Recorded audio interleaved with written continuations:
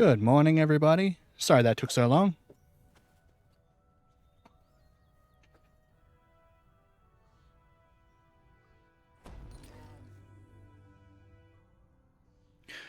We've still got one person coming in, but I figured I'd switch back to this so you could at least see what's happening. And why is my model not talking?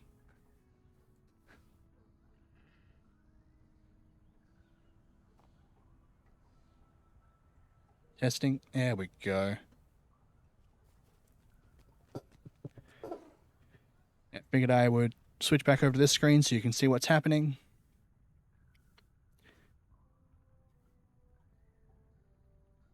We'll be doing R5 Barovia, the first chain of it. If we've got time after that, our intent is to go and do Dragon's Hand if everybody has access to that. But we shall see. We'll take it as it comes. And good morning to you, Steelmaster and Zitterlock. Hope you've had a good night. Or good day, if depending on where you live.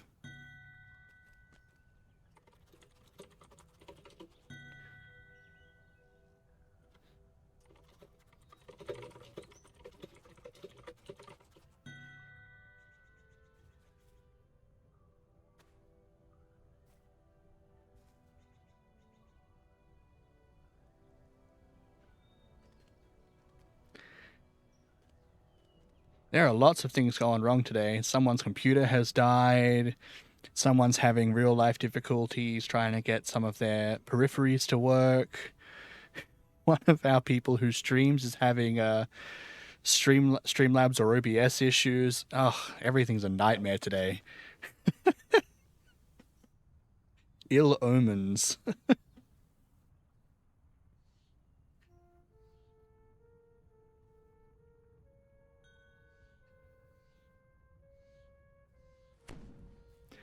Wow. It's all just going wrong, huh? Frieza died. That's crazy.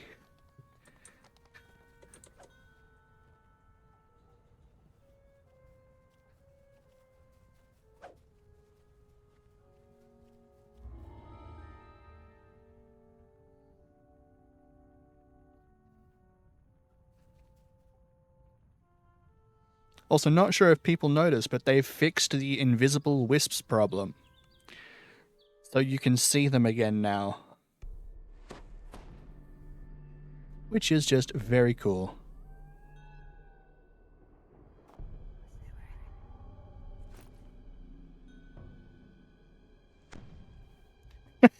Oh, we'll be fine, yes.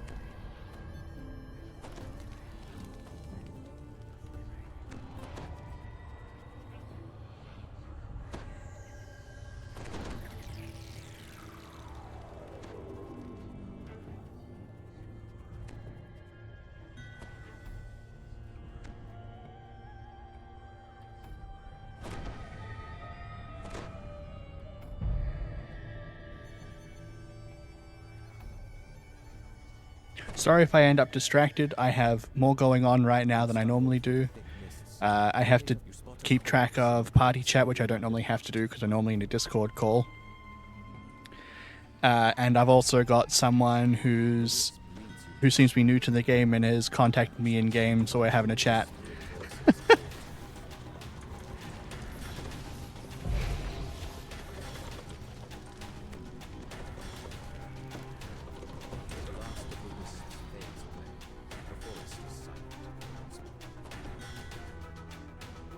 Indeed, busy. Casual, yeah. trying to read two conversations, trying to talk to two different sets of people while also playing the game.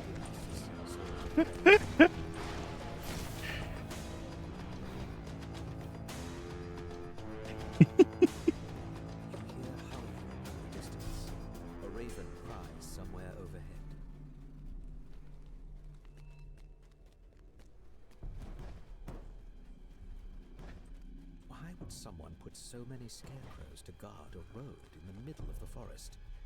What do these straw men keep away?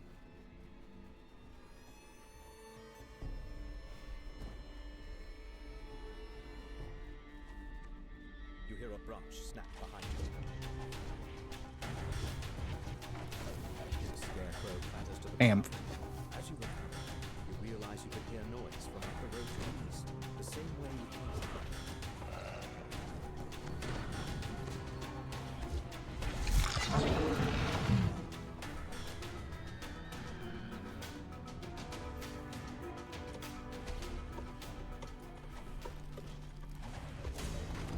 Oh, I reordered the spells on my bar and I can't get used to it.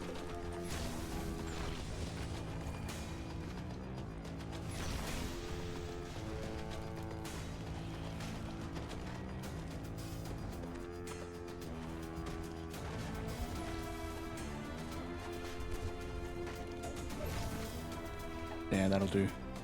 Quick sorted it.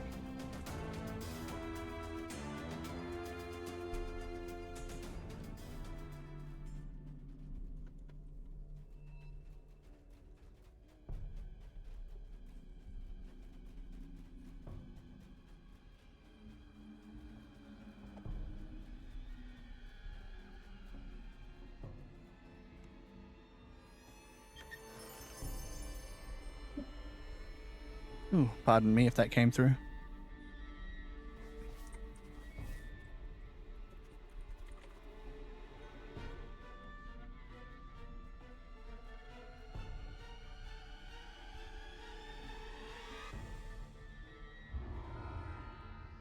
Oh, I had a hiccup sound. I don't know if it actually came through my mic or not.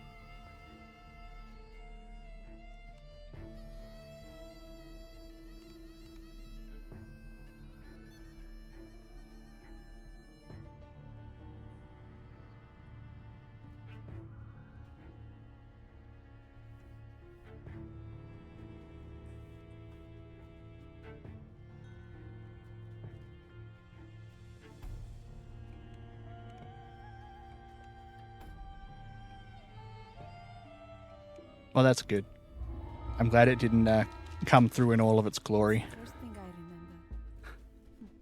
It must be Papa calling out my name. Irina! He'd shout whenever I wandered too far away from his side. Cool. Impressive trophy. I'll take I that. thought he was just being silly. Now I know what he felt. He was afraid.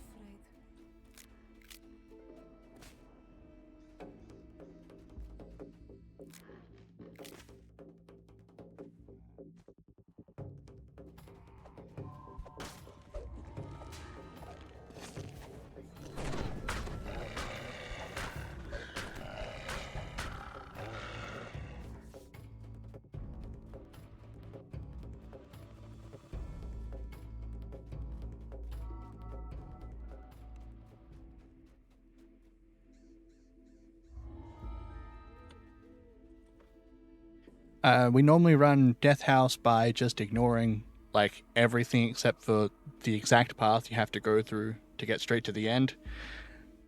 So there is a lot more in this quest than we are going to actually explore today.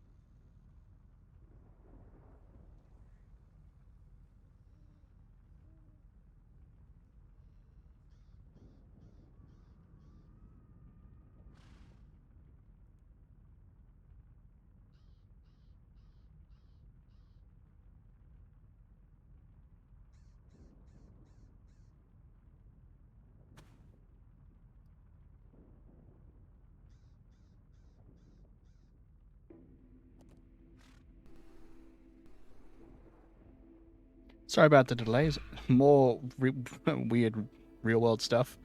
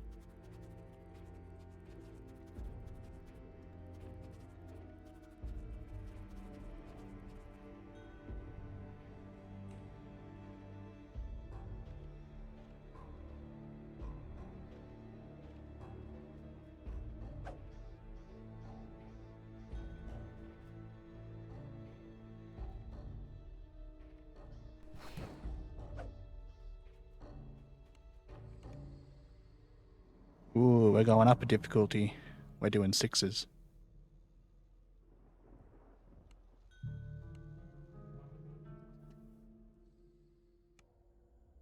Yes.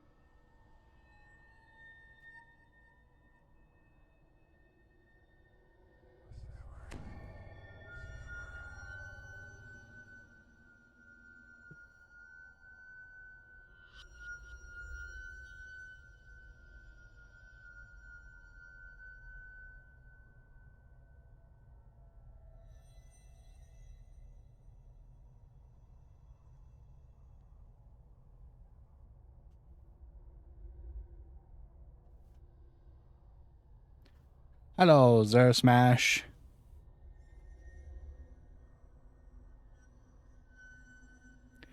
Yeah, sorry for the strangeness of today's stream. Lots of things not happening and lots of just sitting around.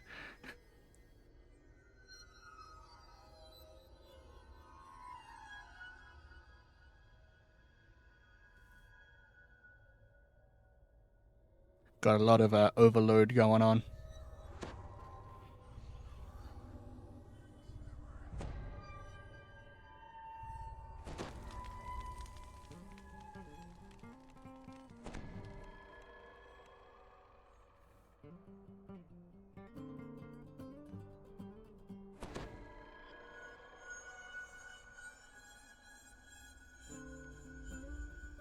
So this quest has a lot of stuff that you can go and explore if you want to.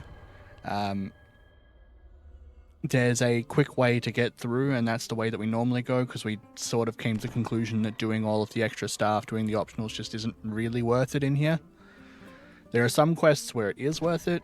This is not one of them.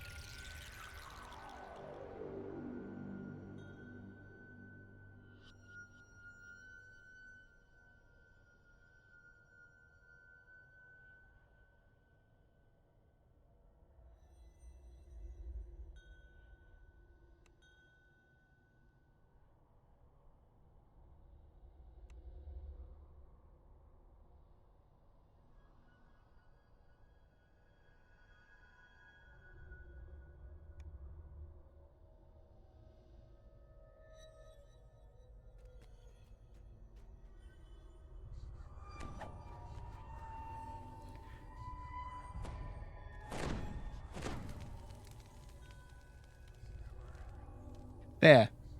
Yeah, I haven't run the optionals very often because they just take so long.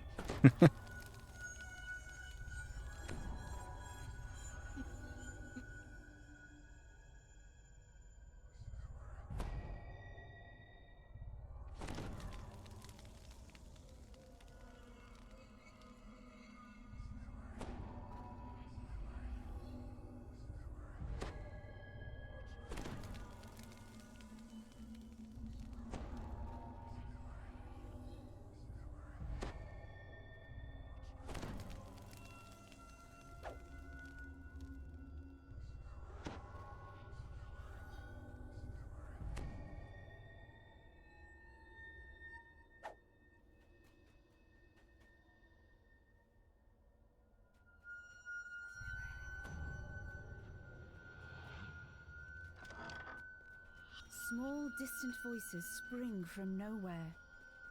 We're so hungry. Find us. Mind the step. It squeaks. Here we are. You spot something in the middle of the room. Something small and old and forgotten. We're tired. We've been here so long. We want to rest. Take us to a nice place to rest. Sometimes enemies spawn in here. We want to rest now. You found the secret door. It leads down to the basement, where the monster is. Beyond the secret door, a dusty stairwell leads down into darkness.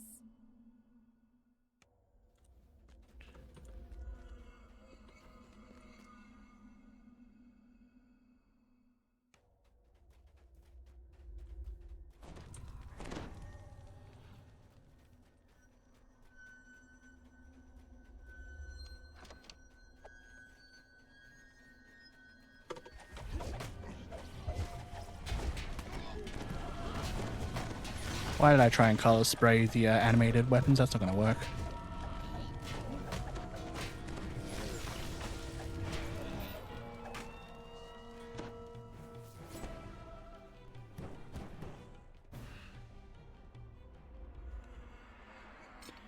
No one saw me stand mildly too close. It didn't happen. It's definitely not being immortalized on a stream.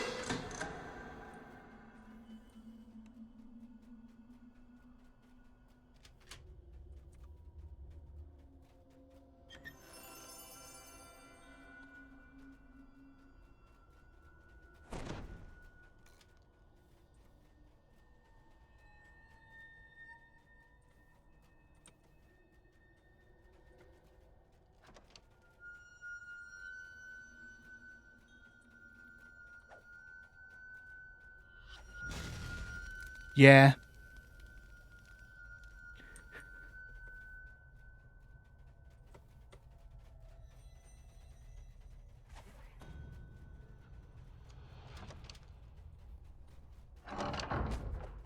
Optionals don't serve much purpose when you're like overcapped already. Unless they've got gear that can, you know, be sentient fodder, then they're not going to be very useful as it currently stands. And low-level sentient fodder just isn't really worth it.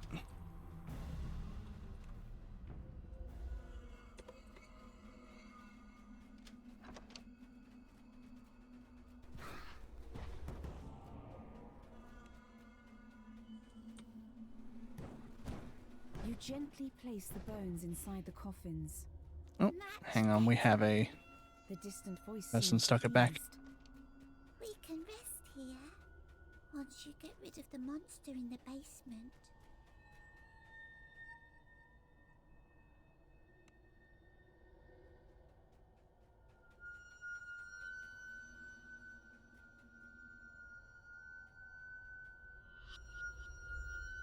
Oh, we may have a DC.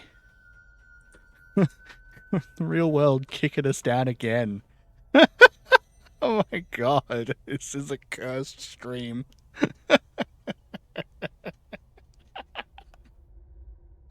Oh my god.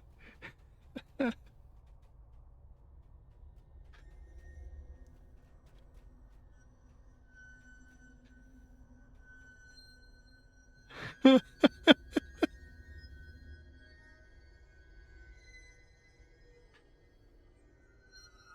can't believe we've been delayed by an hour. Someone's computer exploded. Someone DC'd.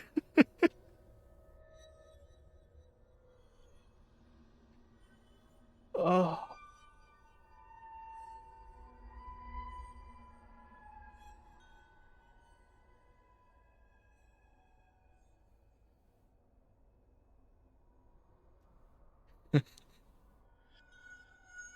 Well, while we're waiting,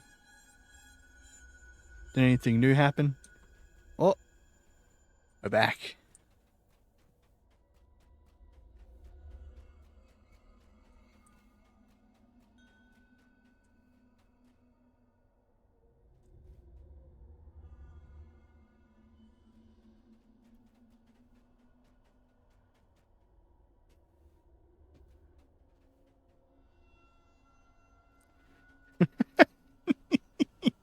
This is true.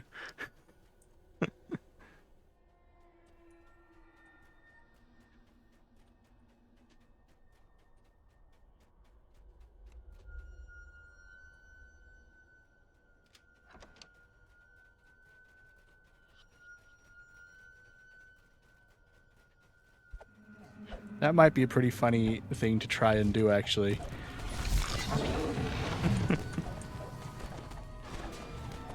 Go get a drink and continue playing while you're at your fridge getting a drink.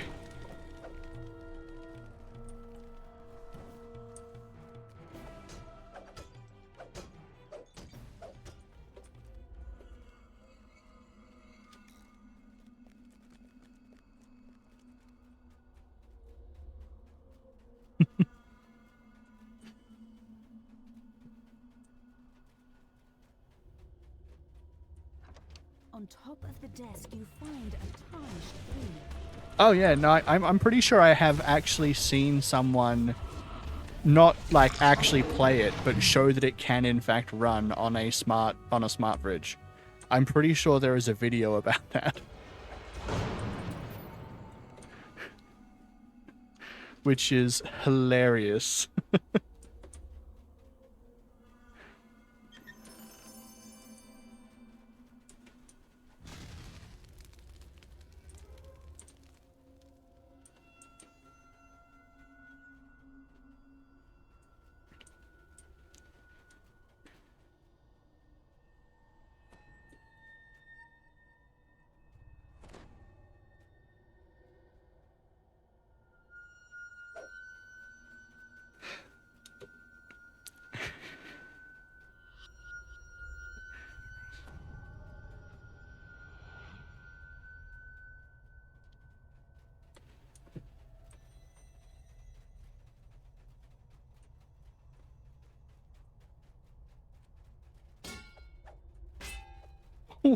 What?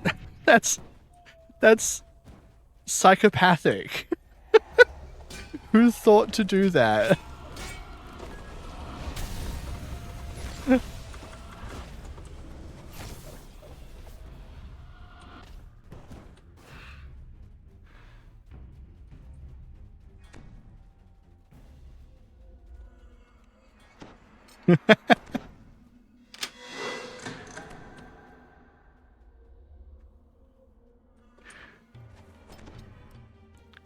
Don't touch me, you fucker.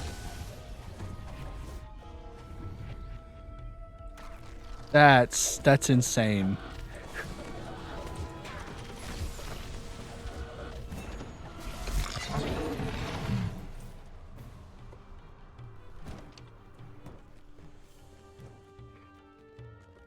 I mean, that is incredibly cool, but that is also just like one of those moments where it's like, science, just because we can doesn't mean we should.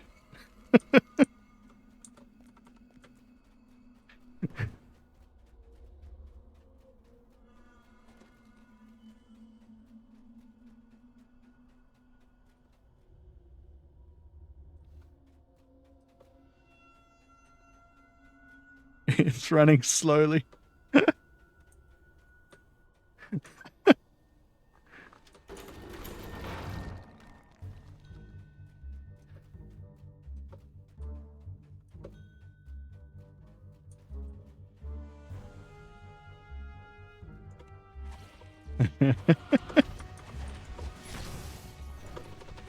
Yes, funnel at us around the corner. Walk into your doom.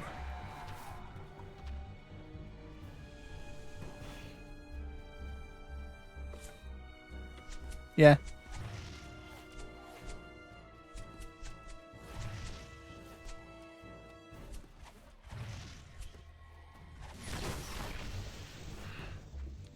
It would take nearly 600 years to fit it. That's... I'm not surprised. They're playing it on single-celled organisms.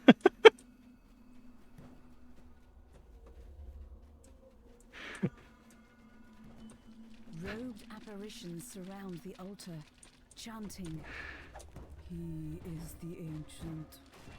He is the Lamb." The ghostly chant suddenly changes. One must die. One must die. Norgotha Decaya. Get away from me, goddamn blight.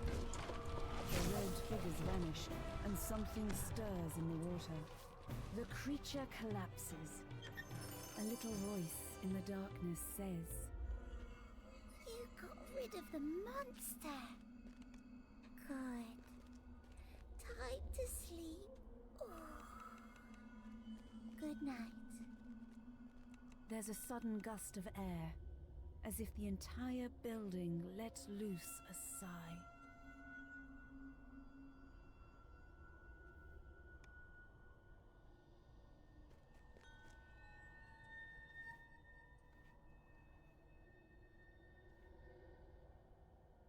All right.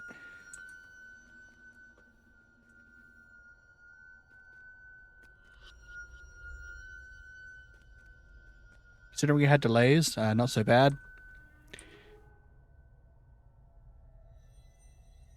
It's bad in grayscale.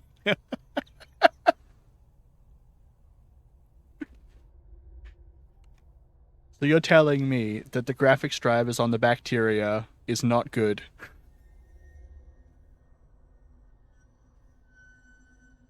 They need to do their Windows updates, apparently.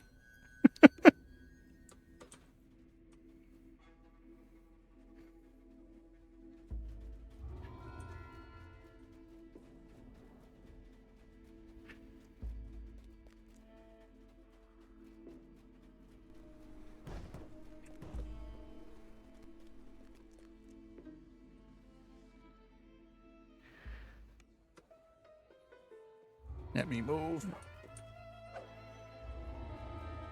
Fun grinder time.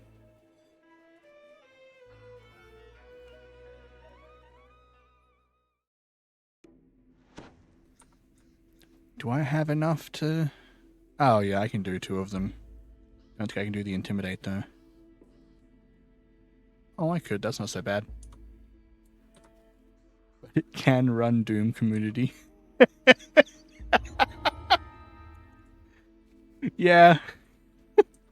It might have been Doom I was thinking of when I was mentioning the someone playing games on a smart fridge. It might have actually been Doom. It might not have been DDO. I'm just getting them mixed up in my head because everyone says DDO can run on a potato.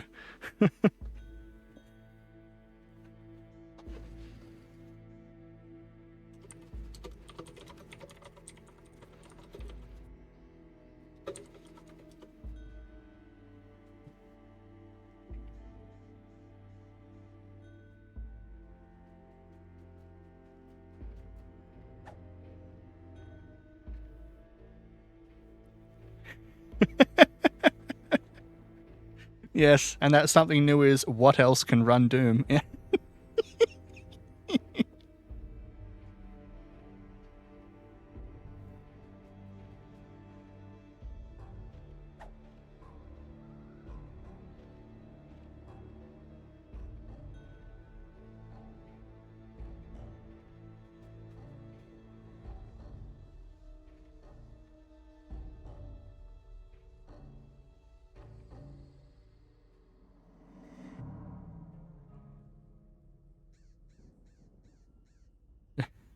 Depending on the frame rate you want.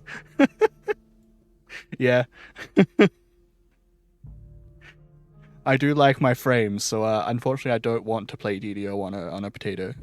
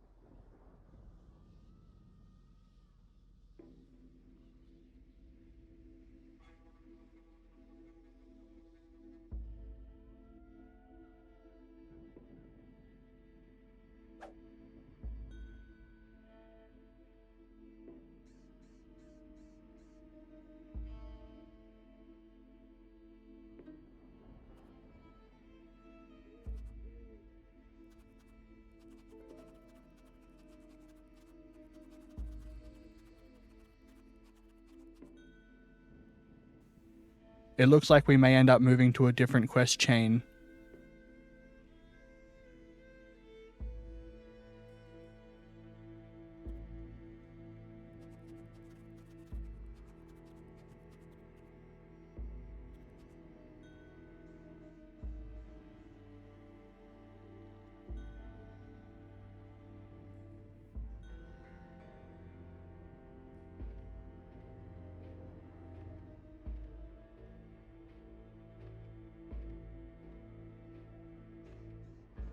But we may have to move quests because someone with us is currently level 8.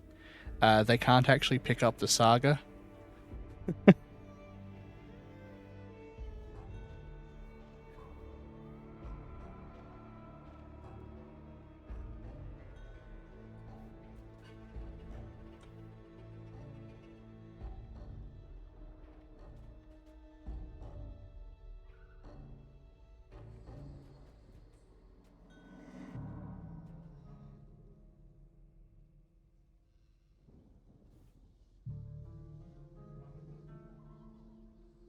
I did not. That sounds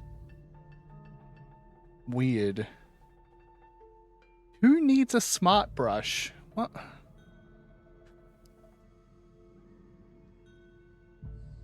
I feel like this was an inevitability if we're getting to the point where we're like, yeah, we need toothbrushes that connect to the internet for some reason. At that point, we're asking for like cyber attacks to occur on stupid shit, right?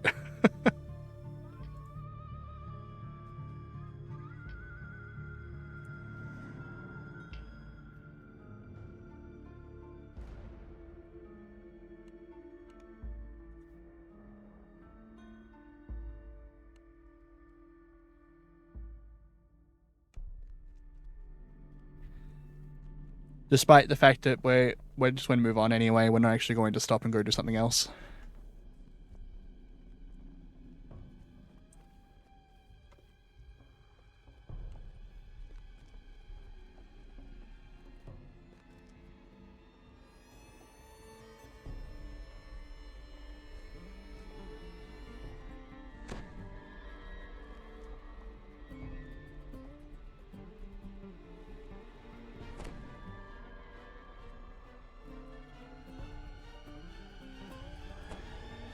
I guess that makes sense then. I don't know why they'd need to be actual smart toothbrushes then. They could just be Bluetooth toothbrushes.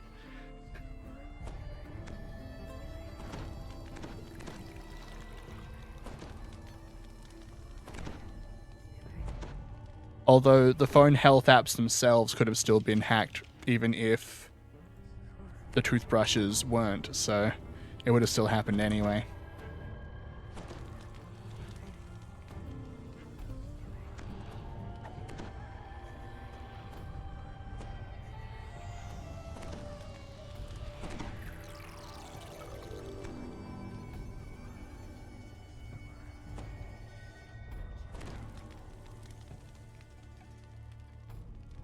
Yeah, everything is a weapon in the right hands.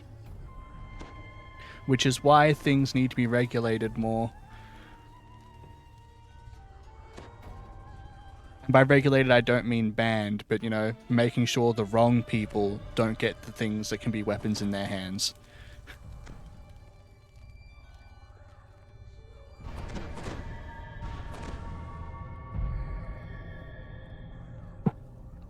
Just to clarify that I'm not getting political with anything. Voices, ragged and carping, come from the other side of the window. Peasants with joyless faces and vacant eyes wait in a line, and the rest of these peasants are unlikely to leave. They stare sullenly, spitefully at you. Oh, I didn't speak to the door. The old woman's voice grows cold. Aye, they were here yesterday. Wanted pies and hadn't the corn. I told them to go home, but did they listen? No. Off they trotted into the forest. With the moon full. A wolf howls in the distance. Its cry echoed first here, then there. The wind whispers treacherously among the Alright, we're going to clear the shrine first, and then we're going to worry about finding the evidence. We don't want to mess around on Reaper 6s in case shit hits the fan. This corpse is nearly beyond recognition, so savagely has it been mangled by the wolves.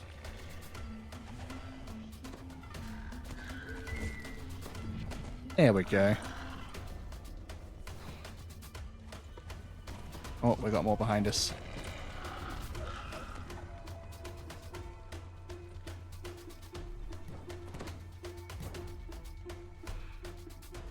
The new person we have with us today is Sweet Enough.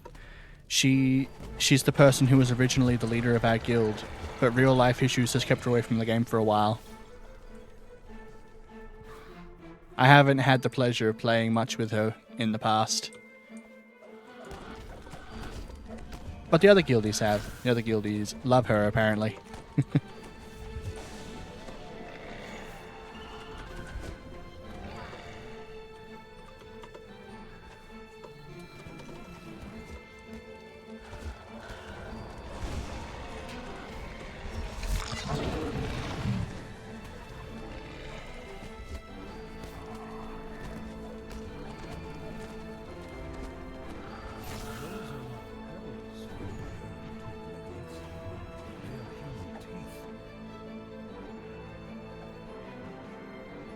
Exactly. Sweet indeed. It's sweet enough.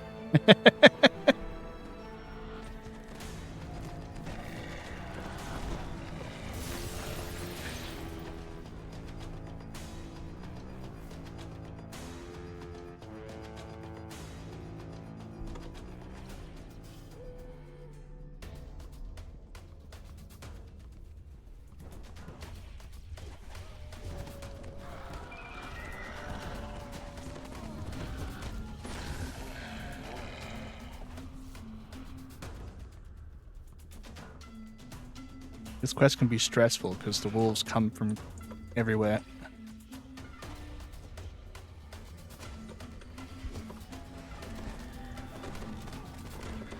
Crap.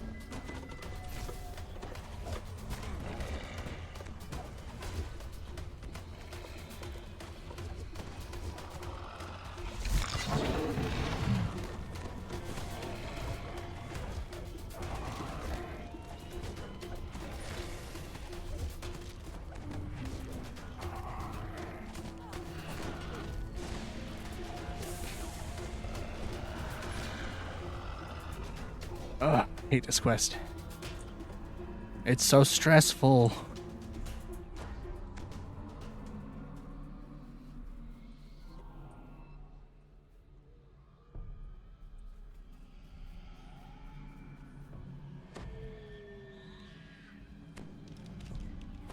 The ghost's story appears to be true. If so, then the women of the Okay. are not what they appear to be, nor are their eyes.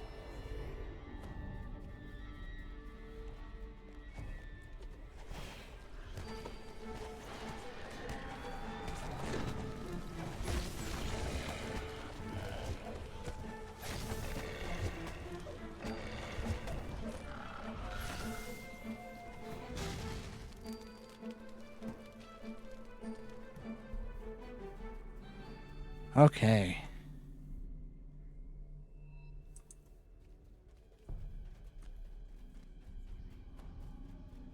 Morgantha addresses the gathered peasants from up on the wooden platform. Be off already! Shoo! She says. We've no more pies. How many times must I tell you? No! The old woman sneers. This quest is pretty straightforward. You come in, you talk to the witches.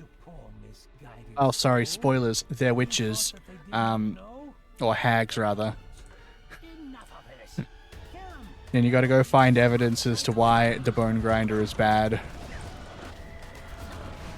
And along the way, you find out that that Soylent Green is people. Now, for the pie makers within the windmill. Mad cackling comes from upstairs as a dredge cries. And then it turns out that none of the villagers care.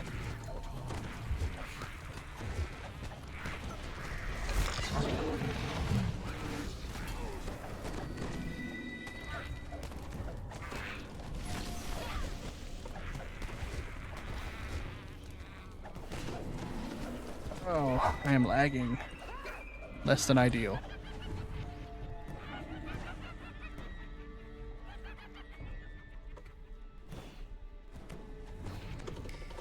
Snap that one out of existence.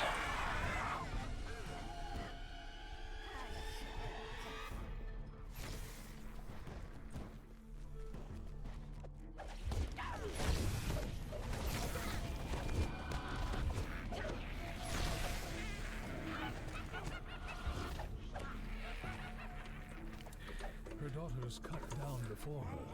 The hag Morgantha flees the windmill. If you take out the two hags that aren't old Morgantha first, Morgantha will flee, and you can get an extra end chest at the end.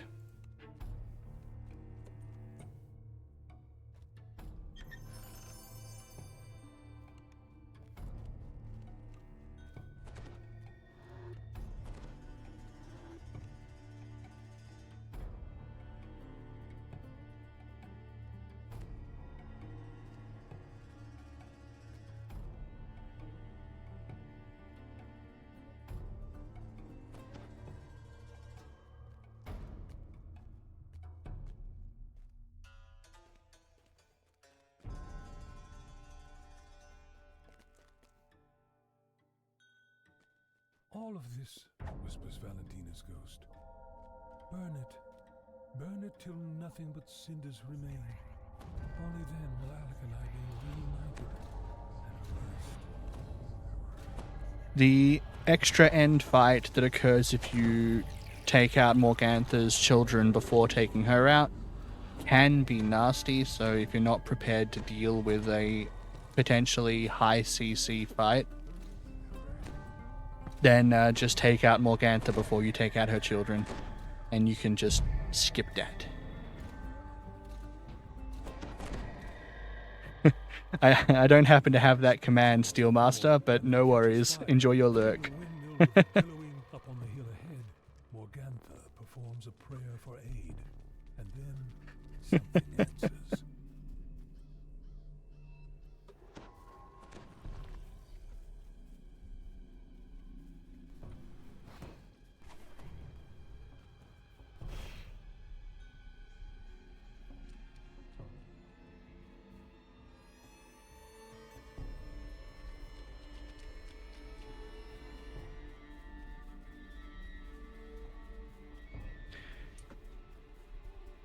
So the things that can make this fight scary and things that you need to be aware of is that they can cast Resistible Dance on and Sphere of Dancing just like that.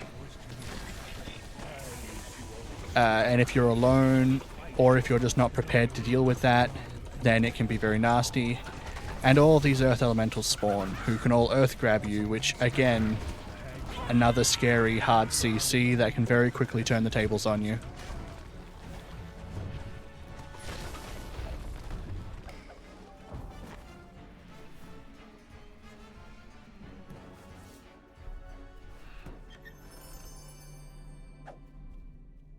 You can, yes, but that only works if you haven't already been caught in them.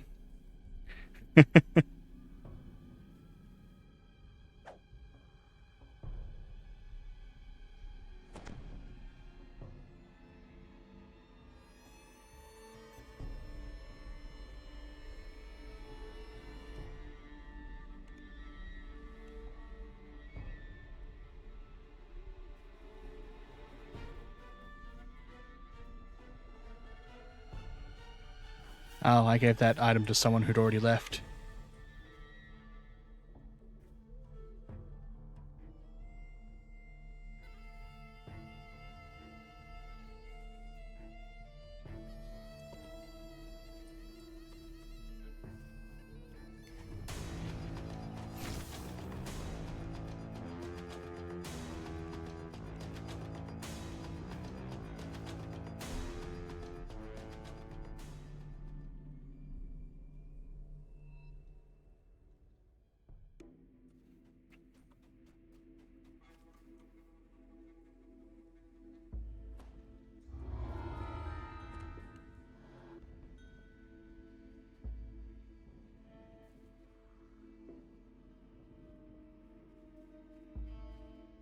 Alright, so the next one is...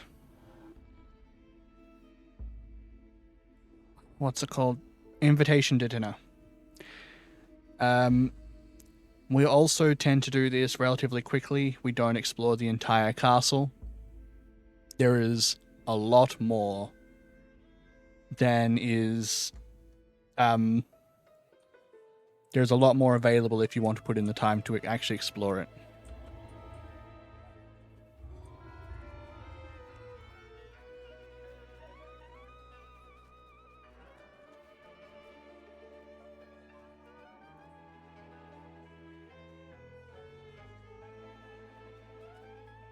Yes, the castle is absolutely massive. It is Nucken Futz.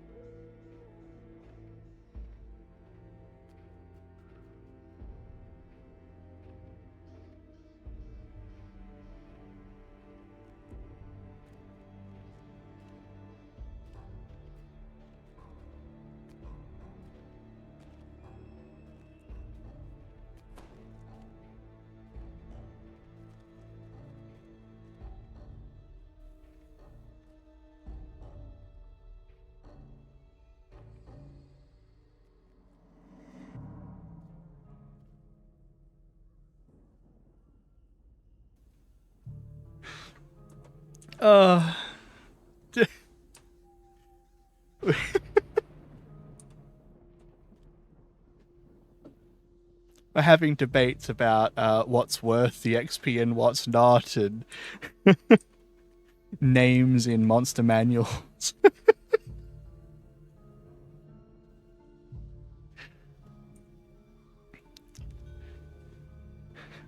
I'm mentioning that at this point, there is basically no point in me caring about specifically going and getting monster manuals because, well, this quest is going to cap me and we're going to do at least one more chain after this, and that's basically been my experience so far throughout all of these quests and all of these levels.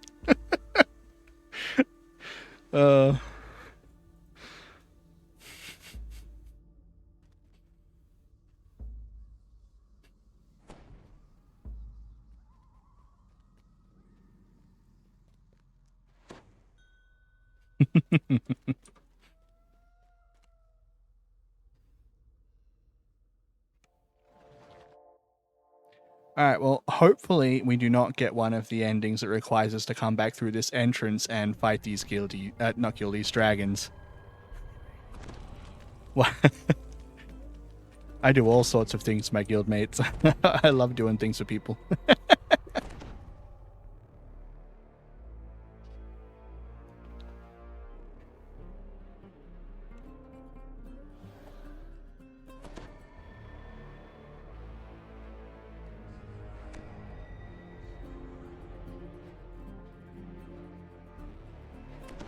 North Tower, seek entry below. Alright.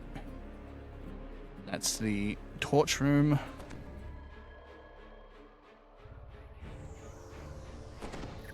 And the bath chamber.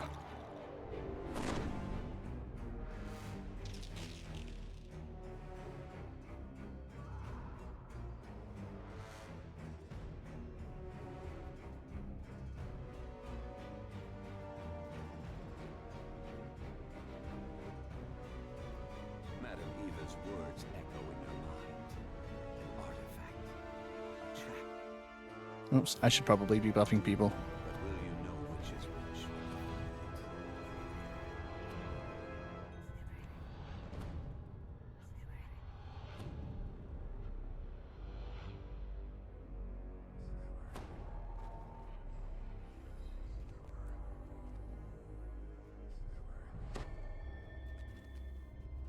Oh yeah, these dragons in the entrance hall, if this is where you have to exit, these things can suck every one of my nuts.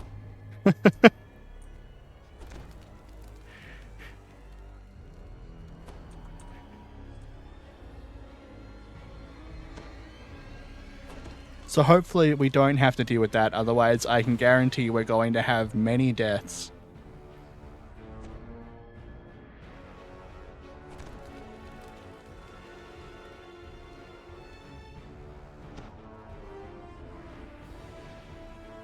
Don't worry, they will bite. Yeah, that's... yeah.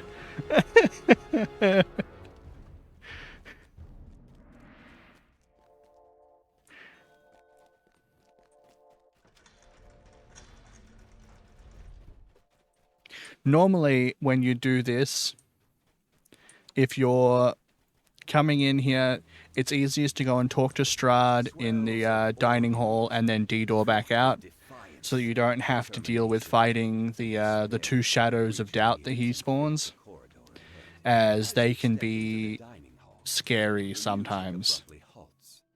A stern, regal man We're just going to fight them. Please, come in, my honored guests. I'm going to try and snap one of them away. Didn't work.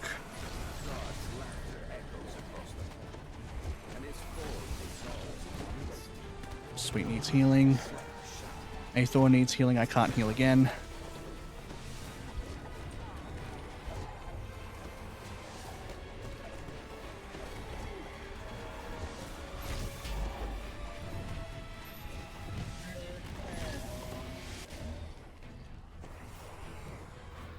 We did it.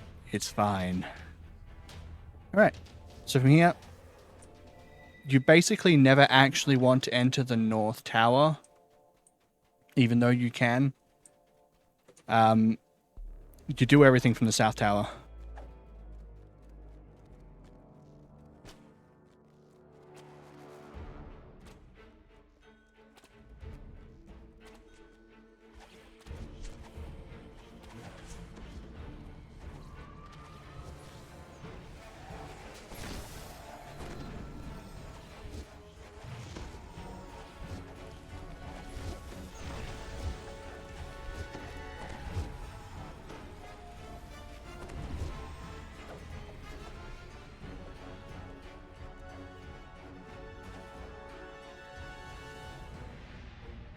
No.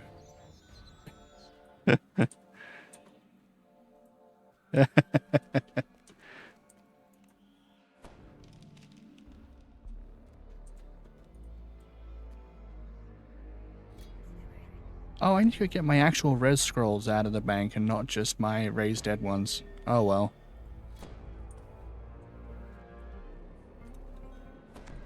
Alright, so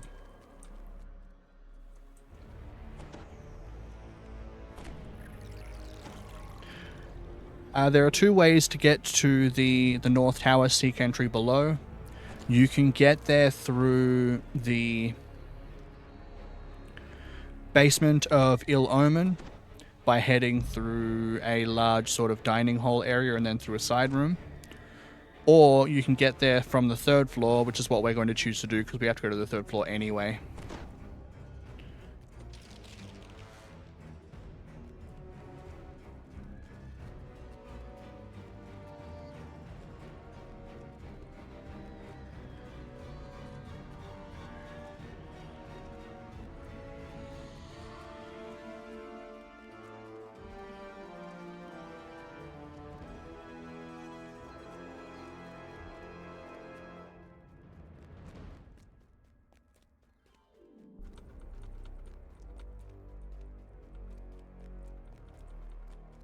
There is another quest that you do in this same area, and again, you never actually enter the North Tower.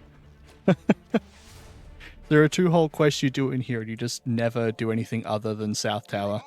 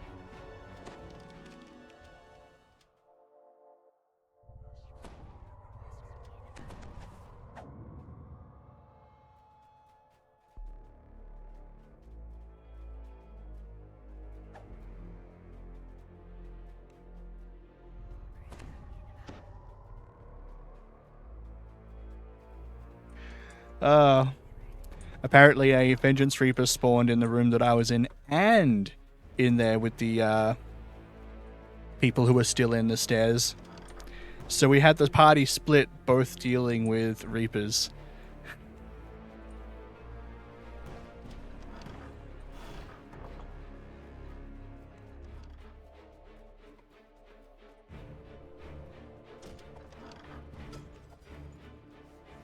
Hello, Esmeralda. Where's the keystone? You have found an ally within Raven. Hall of Bones in the If cellars. Esmeralda had not told you of the ward areas around the castle, and the keystone needed to escape them, finding the icon of Ravenloft would be all for naught.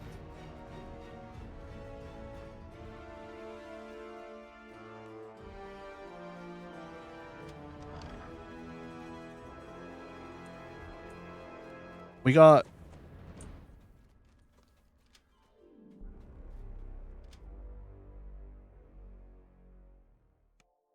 An intricately carved brazier lights this space, with a flame that seems to give off no heat. Metal statues regard the flame from either side of the room.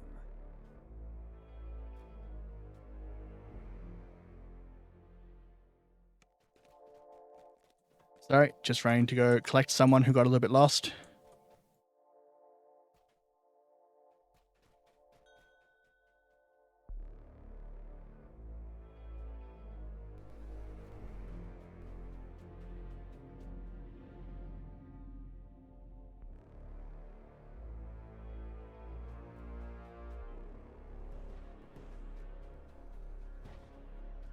Sorry, there was some confusion there.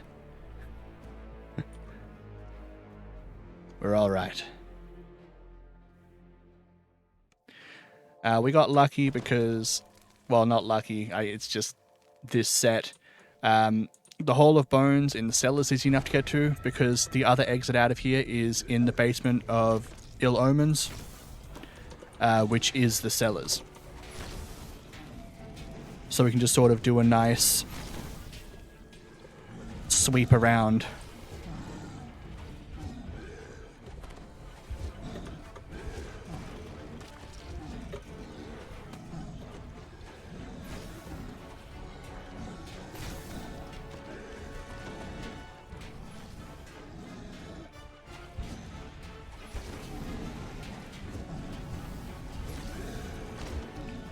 Here we go.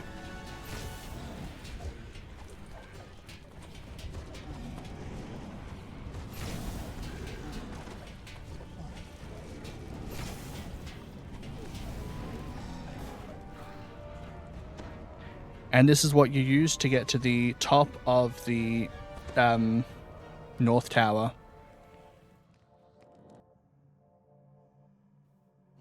In a flash of fire, you are teleported. There is a spiral staircase across the room. Now, you can either unlock the chest or you can go deal with the optional in order to open it. In order to get the icon, we're just going to do that.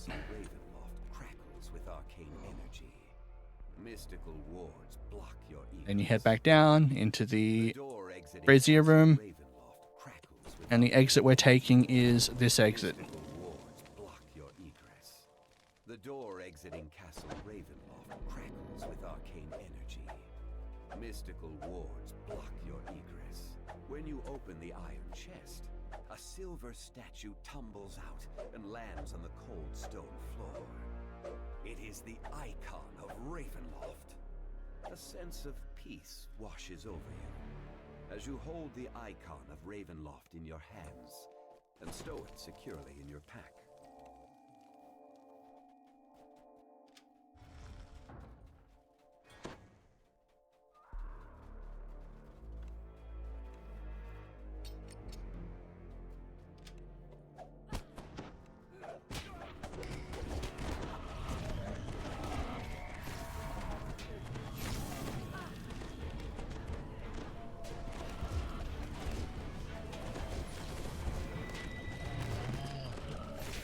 That is the one problem with dealing with this room, is that you do have to deal with two Shadows of Hate as well as Rahadin.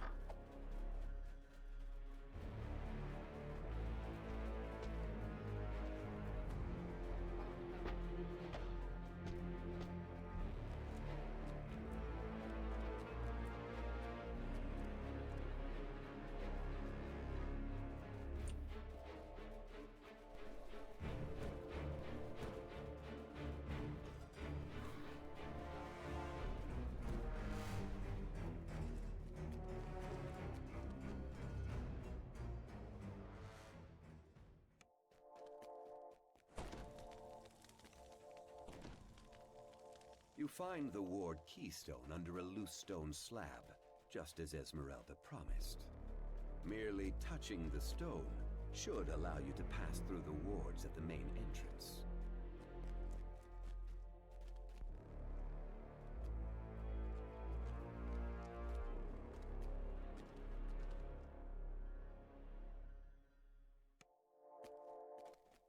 Apparently we're doing death card. The death card because people want internet clout. And we are going to have to go back through the main entrance, which means we are going to have to deal with dragons.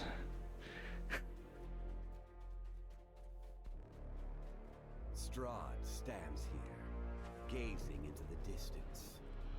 As you approach, he speaks. I hope you found exploring the castle delightful. The worthy learn to call it home. Strahd makes an abrupt gesture, and suddenly a gate of red light crackles into existence. A wry smile marks the vampire's face as he dissolves into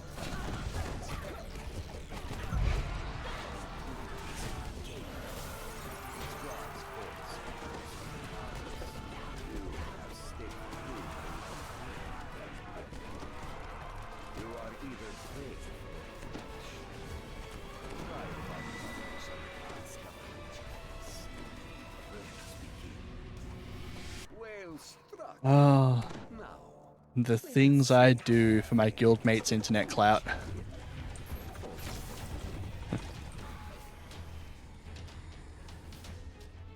Impressive. I knew that I saw will be added for my first try. But we have to keep my test. Double or nothing.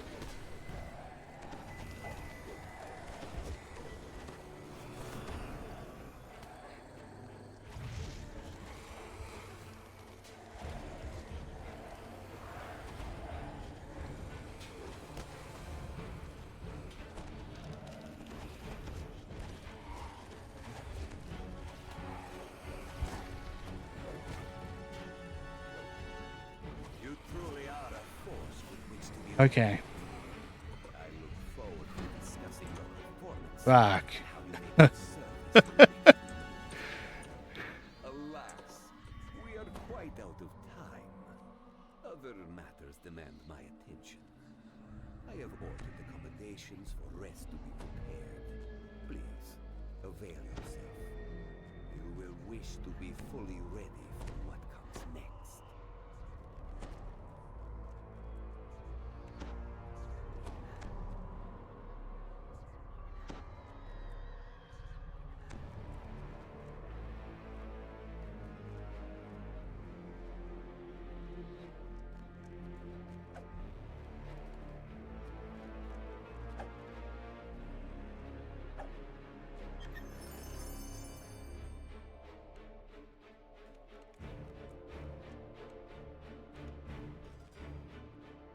All right.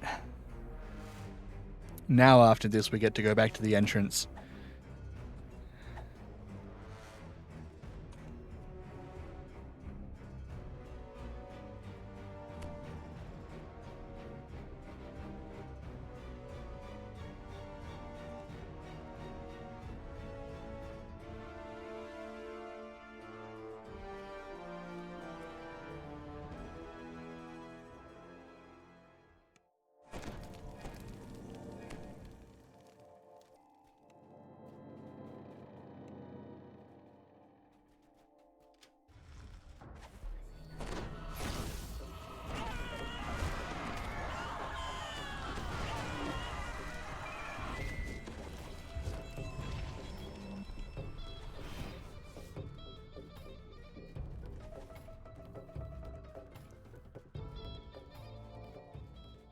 All right. So, I managed to not die in the challenge fight, but I think I'm going to die against dragons, so... yeah.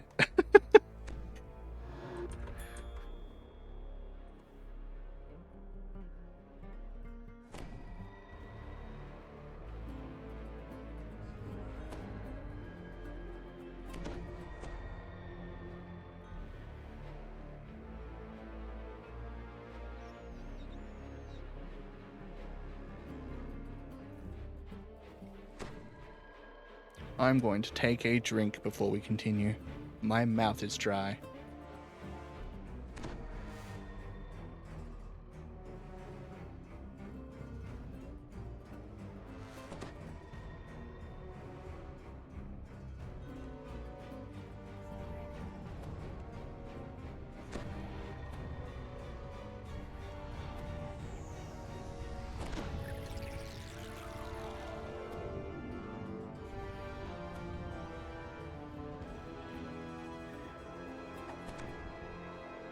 So,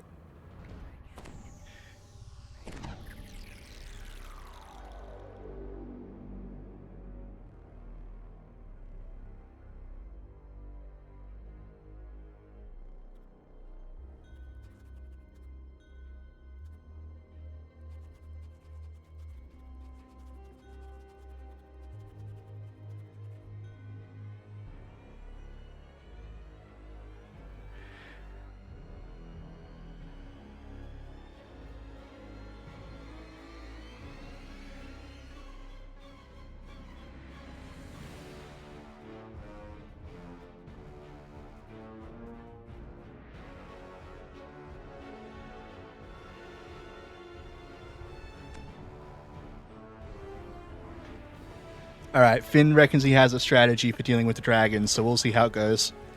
We're going to pull them into the corridor, so we only have to fight one of them at a time. But I think it's still going to be scary.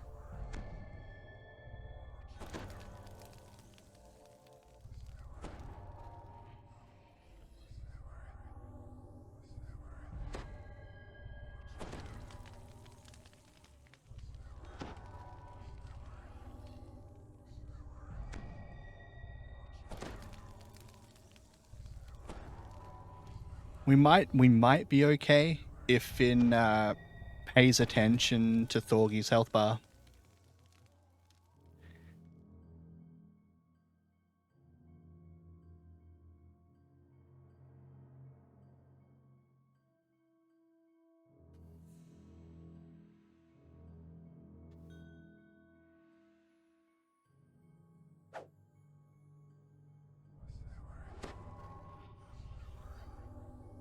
We've got a mild delay. Storm's just started on one of our party members' areas, so he's had to run to close all of his doors and stuff because they were open because it's also hot as hell there.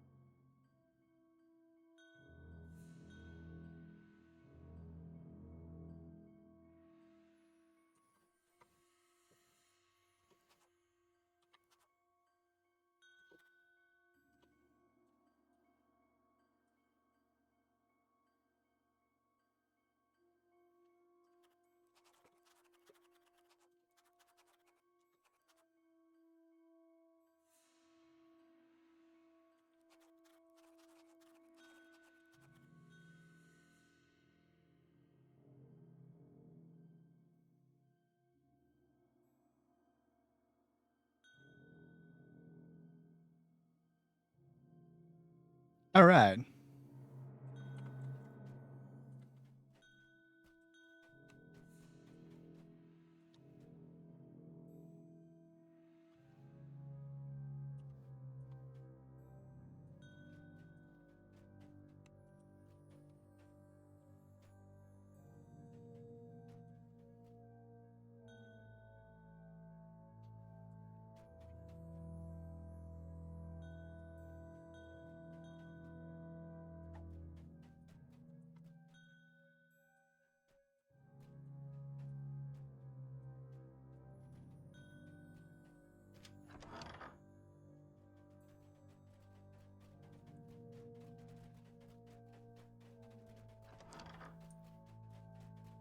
The portrait of Strahd here is amazingly lifelike.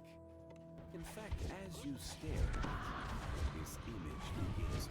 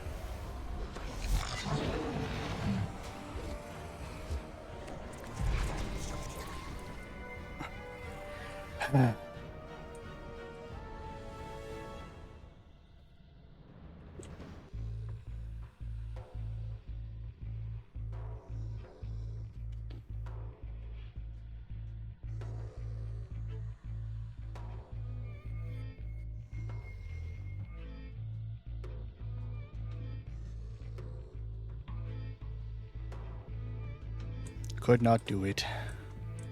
No, there was 2 Vengeance Reaper and a Fear Reaper.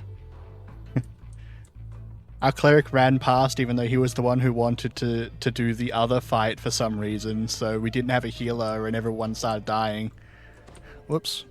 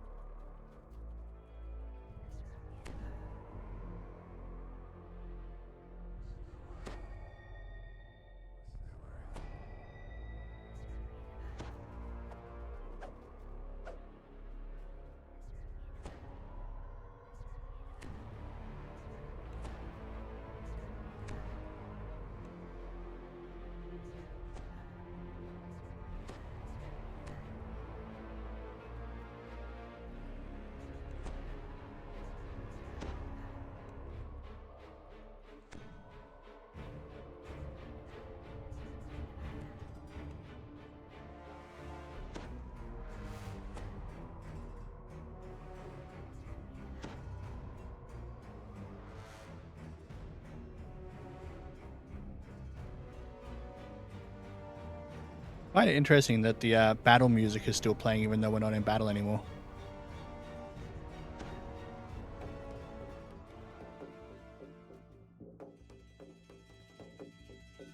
Yeah.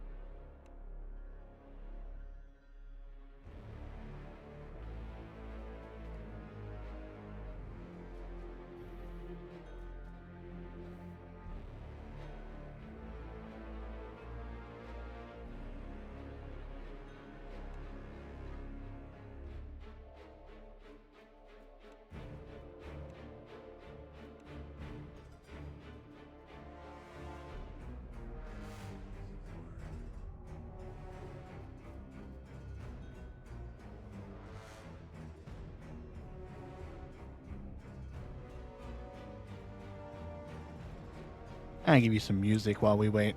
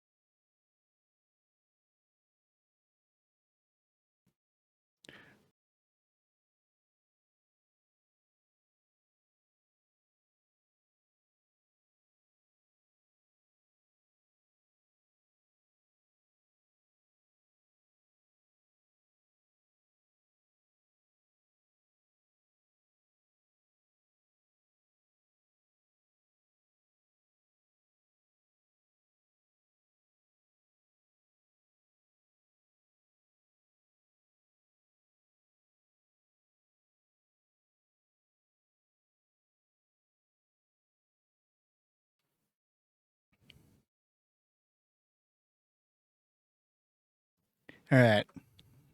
We're waiting out death penalties and then we're gonna go.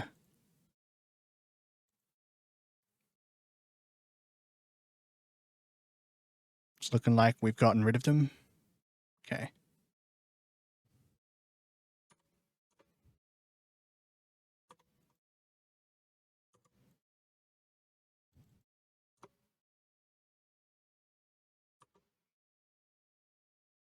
What do you mean works as lay on hands?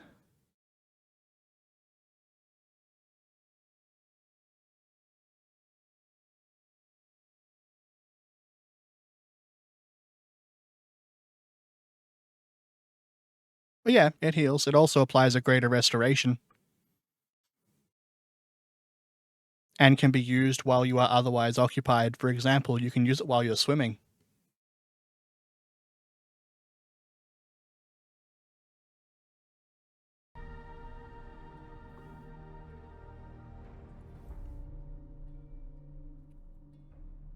It's very handy.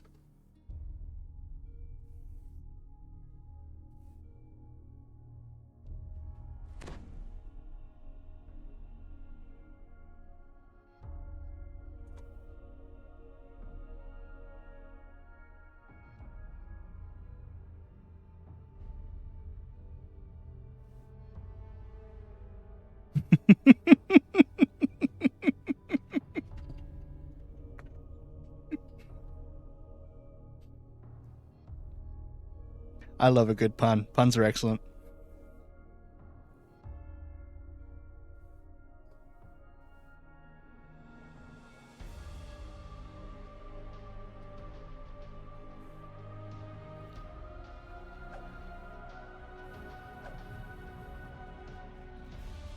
Alright, let's get at it.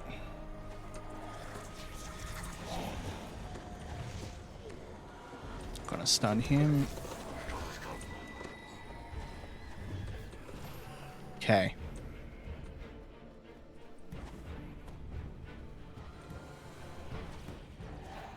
As Strahd's portrait fades forever from the scene, the doors to the east Excellent. and west swing open, offering two new avenues of exploration. We had him close. Close. I thought there were many more specters than that when I died, but...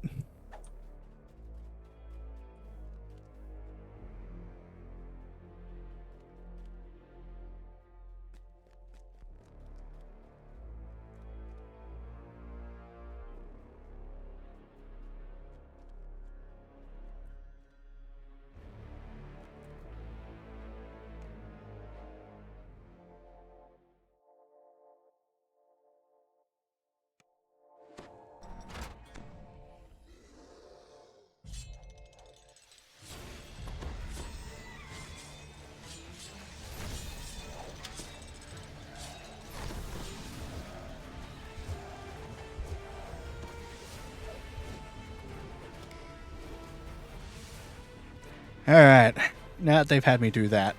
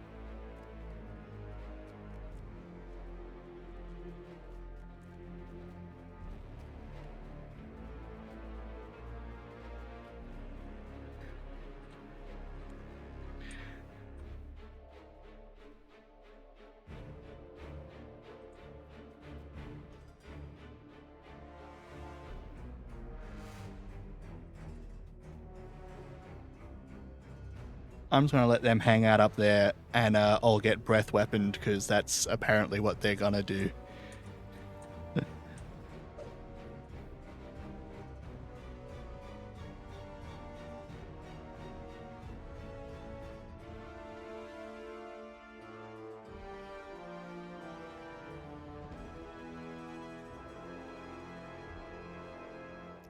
Alright. Dragon time.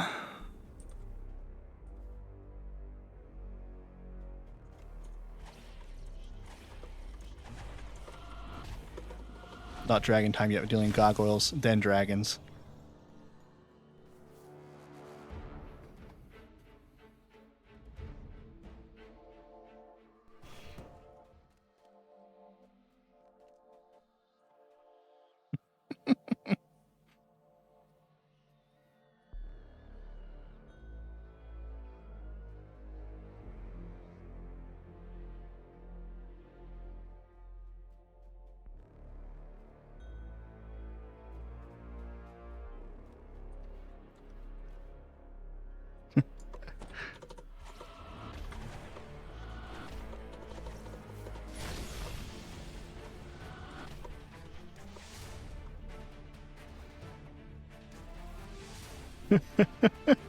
Oh, this is... We're being incredibly overcautious, but we are terrified of these dragons. We've wiped to these on less than R6, so...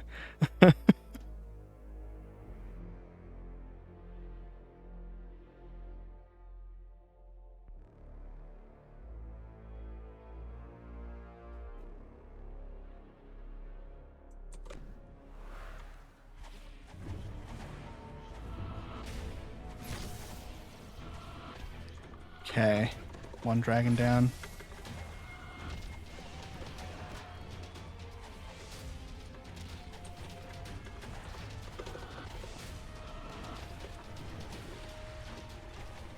Here we go.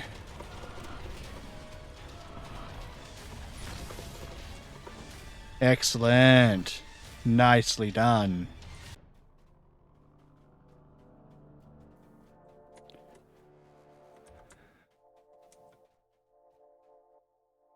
No, there's one more.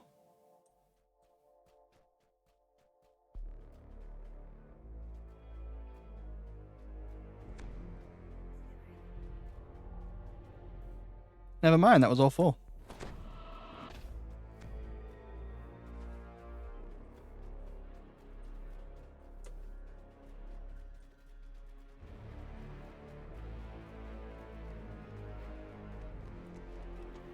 With the keystone in hand, you step through the castle wards Whew. unhindered. You check your bags. Sure enough, the icon of Raven. There you go. Pull them back into the hallway because they can't all fit in there very well. Sigh of relief. So you can mitigate some of the damage. Esmeralda again.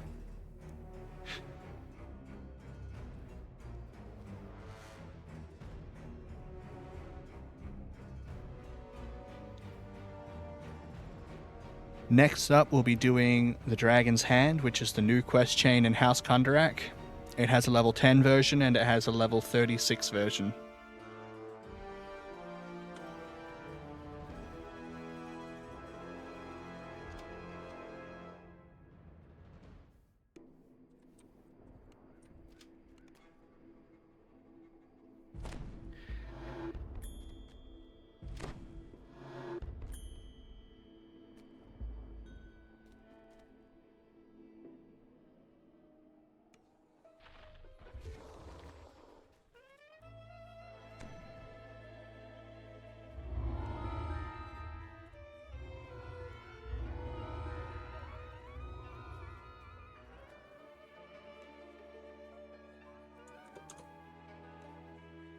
All right.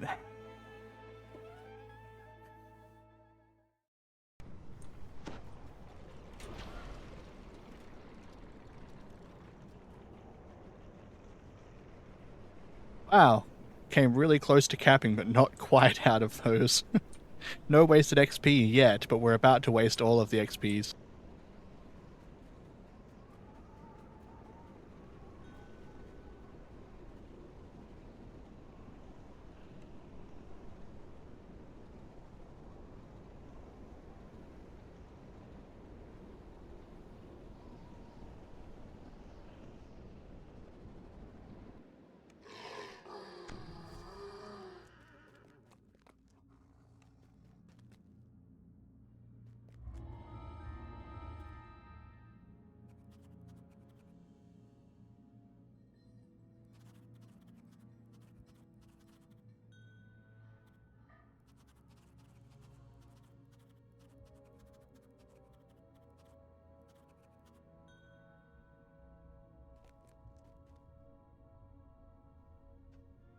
If you haven't run these quests are very silly and very fun. They are about dragons who have decided to play around with a deck of many things. And as the deck of many things does, everything went wrong.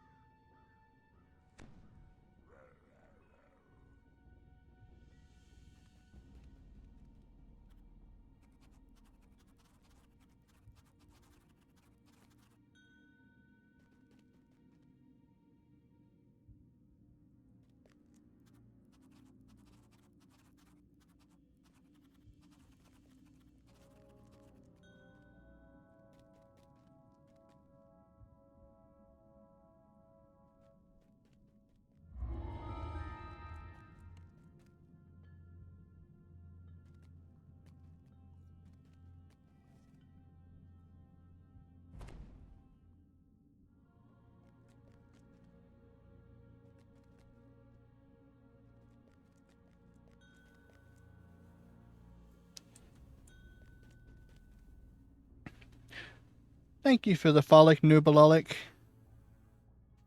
I was talking to your missus the other day.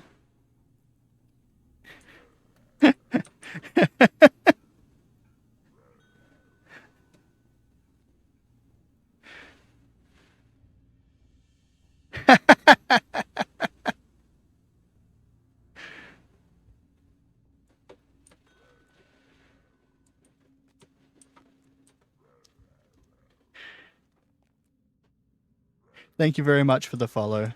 It means a lot. Thank you very much. I did not make them. I can't claim credit for that. I bought the model off of Etsy.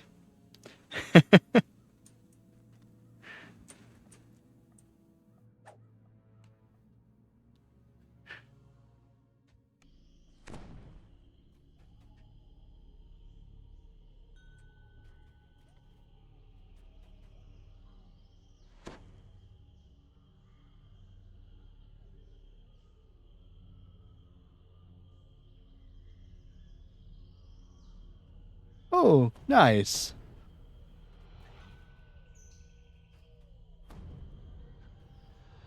No worries. You have yourself a good night. Sleep well.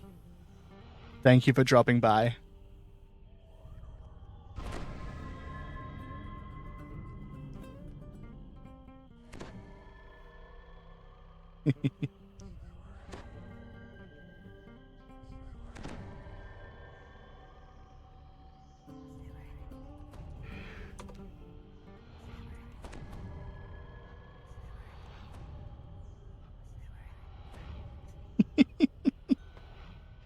Oh, the duck is adorable. I love that.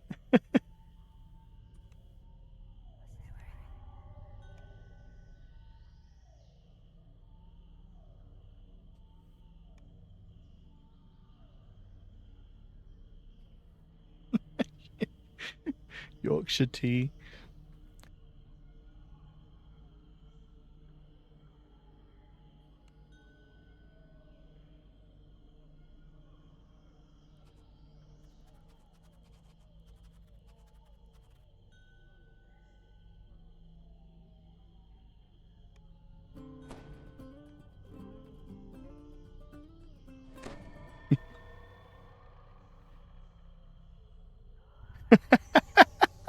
Yeah, no, don't pass out at your keyboard. Go to bed. Have a good night. Thank you for dropping by again.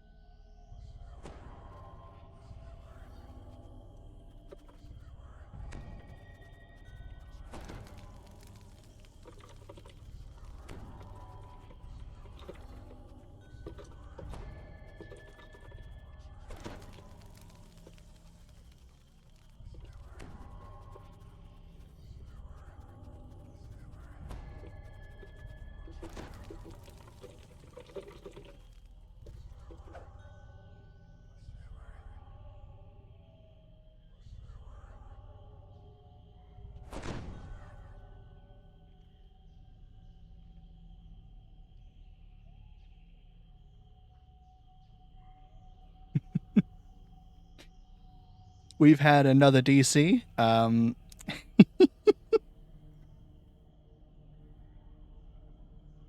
he's reconnected to the Discord. We'll see if he gets back into game.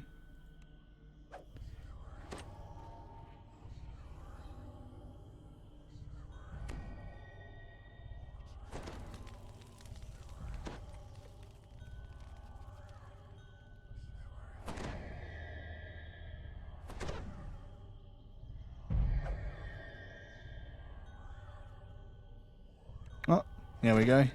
He didn't actually manage to DC from the game. Reputed to be the green dragon's lair. You've been told that these creatures are crafty, but perhaps this one will see reason and agree to hand over her deck of many things without a fight. An elven figure stands before you.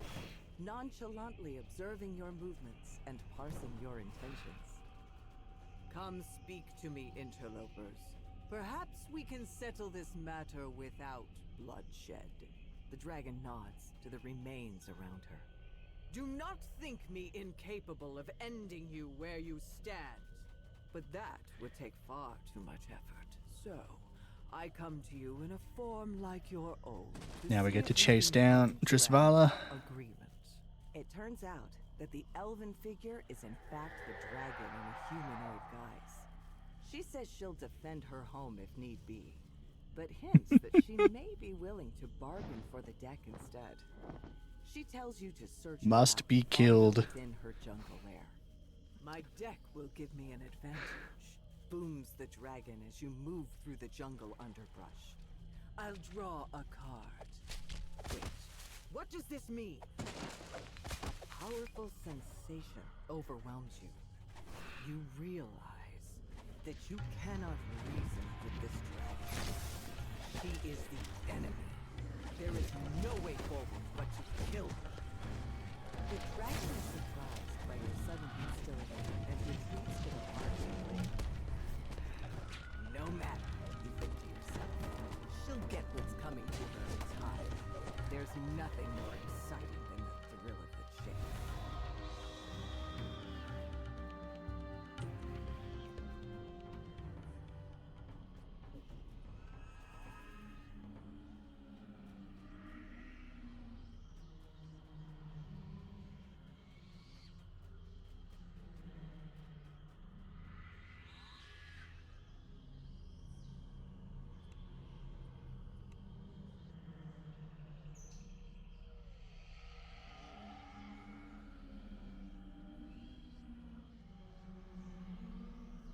We've got microphone issues happening. Not my microphone. My microphone's perfect. It's a good little child. Good microphone. Please don't break other people's microphones.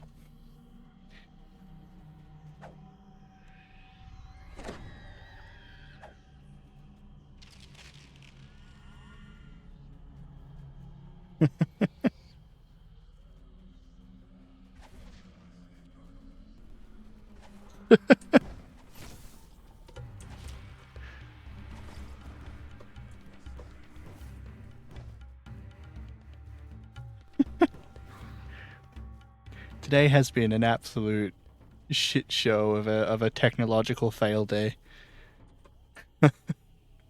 What a truly wondrous occasion to live in.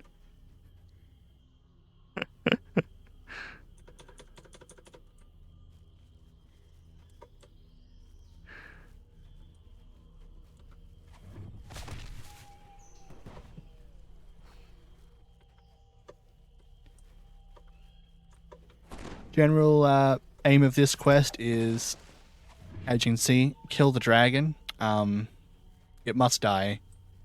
Your way is blocked by a sealed wall requiring 3 crests. Your hunt But yeah, we need to go collect 3 crests to get through the wall.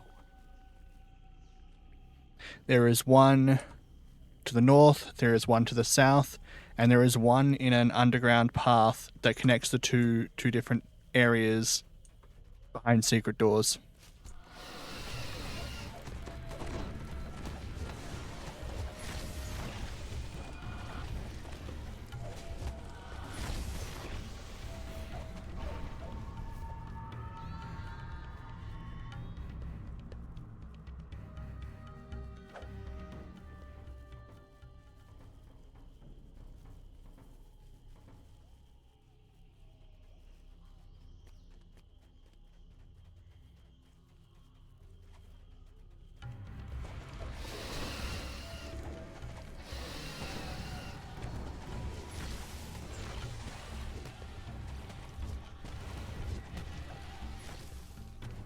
Very good. On our way to collect a crest. But there are crocodiles in the way.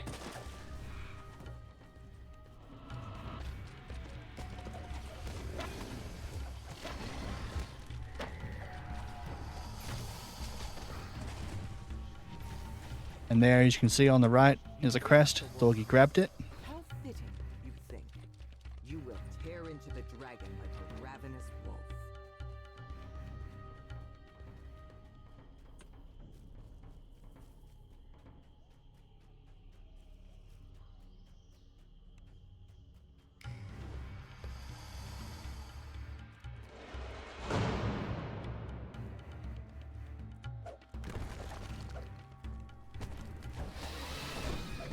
This goes down to a waterway with rats.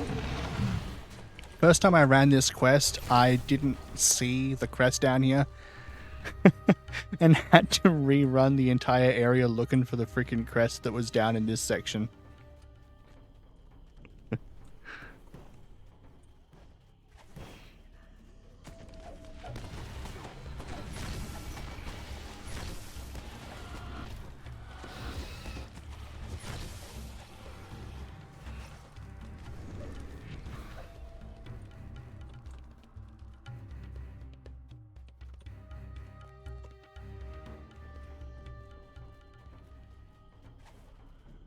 And here is the rat section.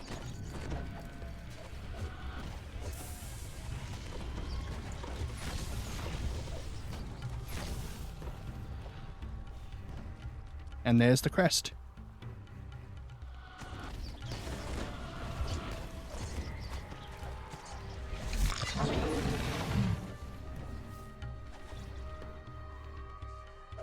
The snake crest. Green like the dragon. Good thing you're wise to this fight with birds. You'll strike without hesitation.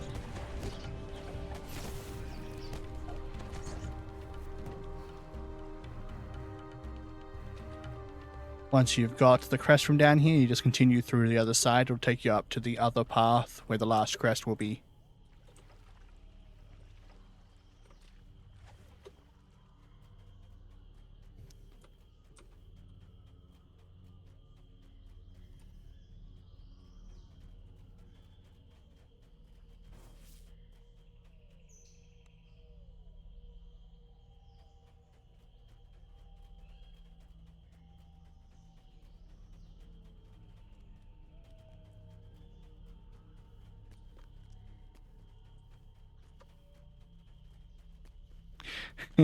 It took a while for that giant boulder to spawn in. You could see through it for a moment there.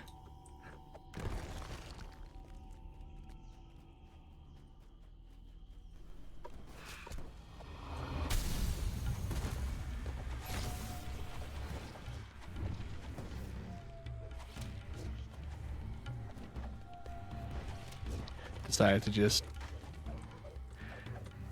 Hello, Foos. And yeah, I'm a cheese playing D&D.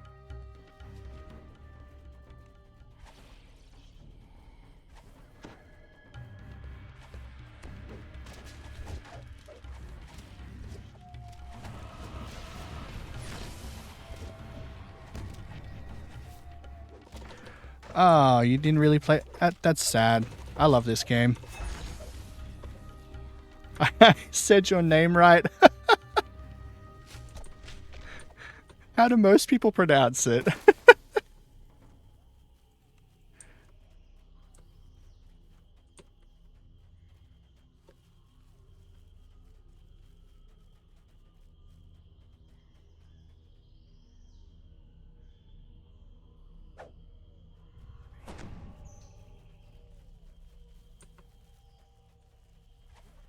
Oh, I see. I thought there were two O's in that.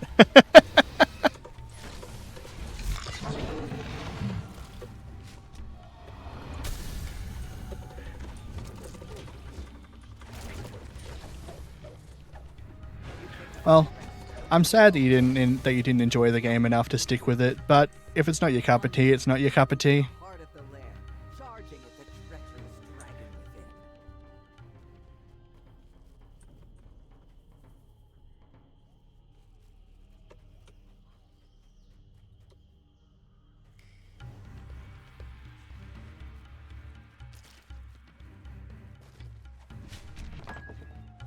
Oh, you didn't find anyone to actually play with. Okay. Well, the servers have been merged now, and they've been upgraded to 64-bit. So it's possible that you'll have an easier time finding groups to play with. I was actually thinking about what you should do if you're a new player trying to find groups. What I'd recommend is joining random people's groups in the grouping menu, and anyone you enjoy playing with and is good at communicating and stuff, add them to your friends list, talk to them, and if you find a large enough group of people who you find play at regular times to you, you can potentially look at making a guild together or joining one that already exists. They may even have their own guild that they already have with people they play with.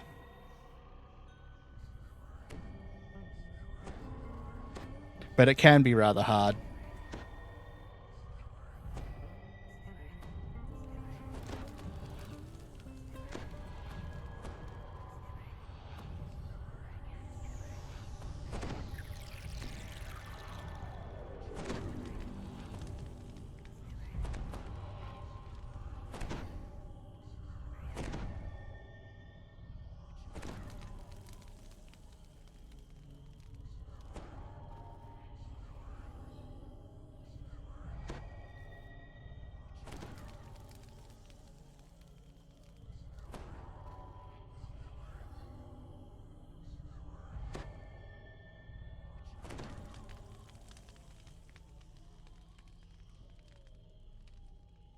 Yeah, fair enough.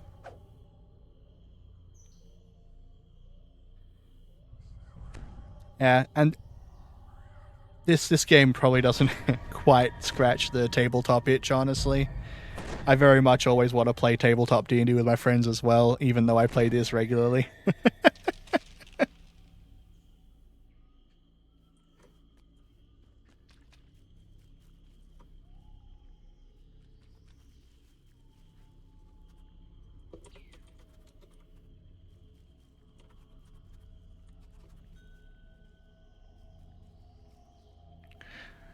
We're currently waiting on someone who's just received a phone call, but what we've done here is we've collected all the crests from the 3 different locations, we've just put them in, and then we're going to head towards the environment.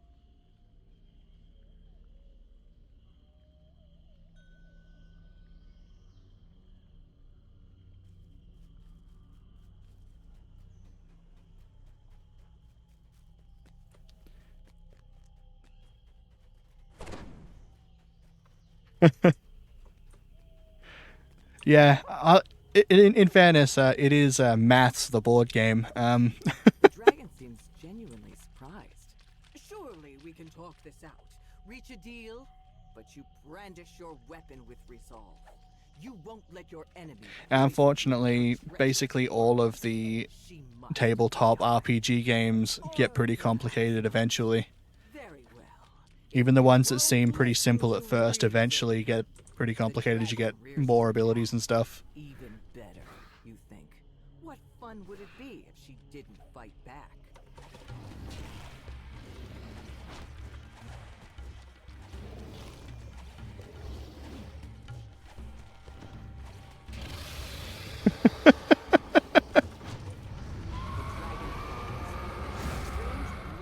That consumed you instantly vanishes.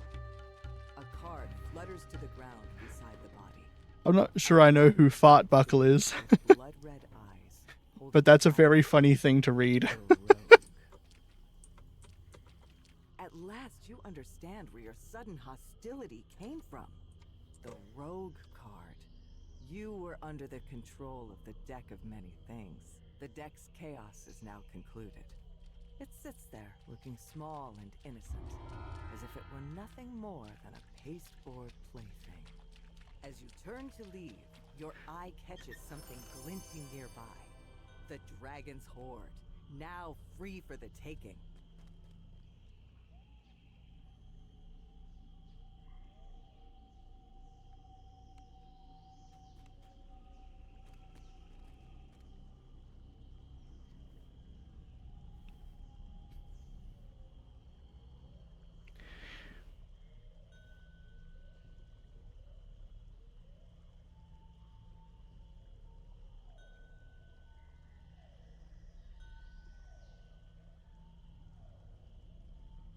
Oh, fair enough.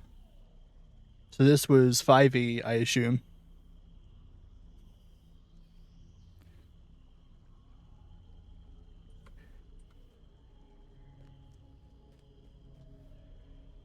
Cool.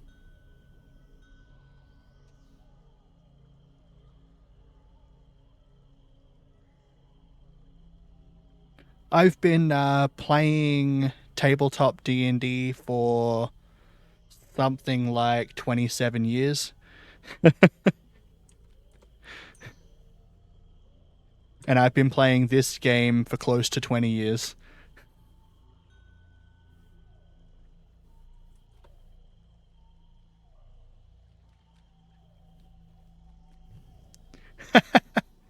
Yeah, especially for me. I was 6 when I started playing tabletop D&D.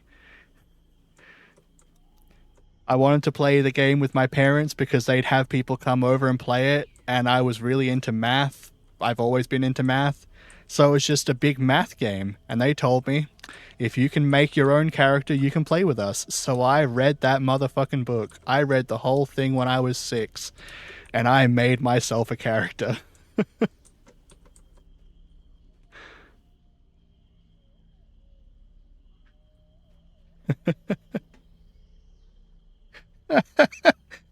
Yeah, my parents were thoroughly shocked. They thought they were not going to have to deal with me anymore while they had their friends over playing D&D. And this was back, 3rd edition had just come out at the time that I started playing.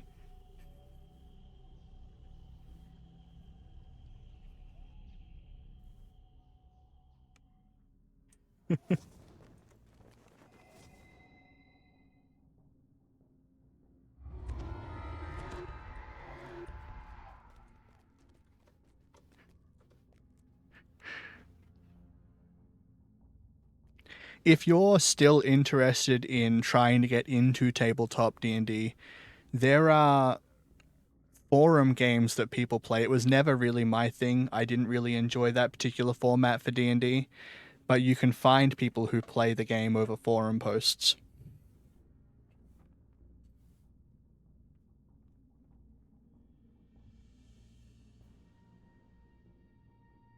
I can vaguely understand. It is a very daunting game. There are a lot of numbers and rules you have to deal with.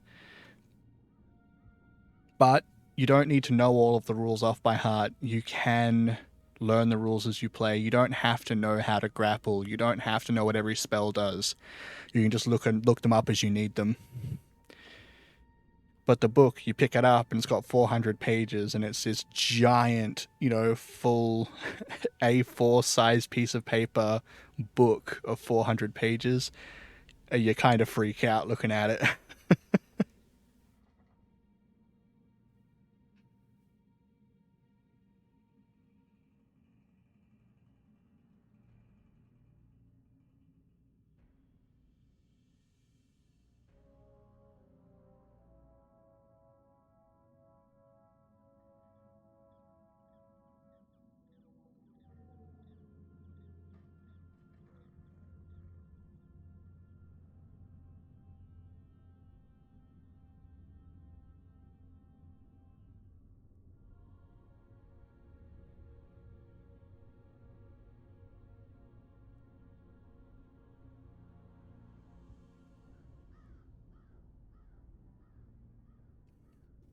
Yeah, exactly. If you have a doubt, consult the book.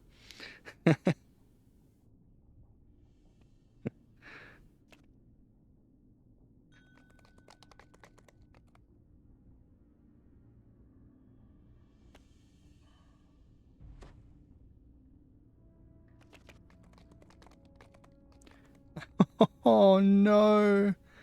I'm so sorry that that's happened. That must actually be really frustrating to deal with.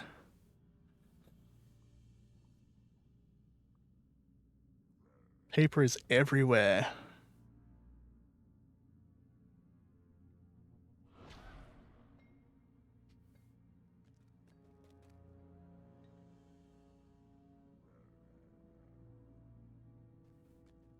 Yeah. Yeah. No, having a phobia or something, not just being afraid, but having a phobia or something like that would be incredibly difficult to deal with.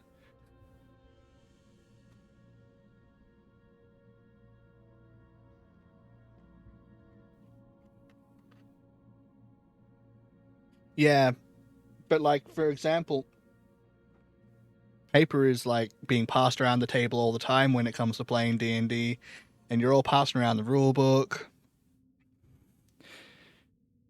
Actually, I guess you don't need to do it that way. If you got PDF versions of the books, you could, for example, have them on a tablet or a laptop and not have to worry about dealing with the paper version. So that might help in that regard. But that still doesn't help if you don't have people to play it with.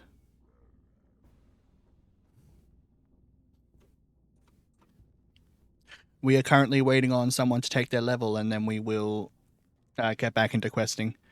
My real life D&D friends. So my first group of people that I played D&D with were my parents' D&D friends, who were basically people that they met either through school or through association with other people that they knew. The current group of people I play D&D with, I actually usurped them from my sister, because they liked me more.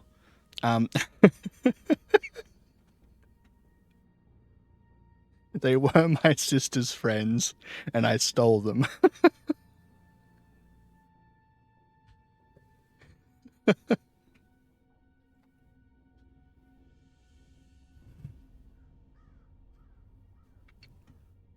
The people I play Dungeons and Dragons online with, so the people I'm currently playing with in game, the leader of the guild I'm currently part of actually messaged me in regards to my character's name, and basically instantly knew I was Aussie because of the way I responded to him telling me what he thought of my name. And then we just sort of hit it off, and he invited me in, and we played games together from then on.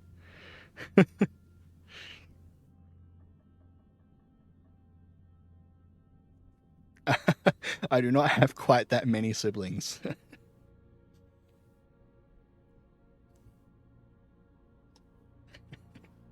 I have a total of 3 that I am aware of. One of them I don't get to have any interaction with because they are the child of my estranged father.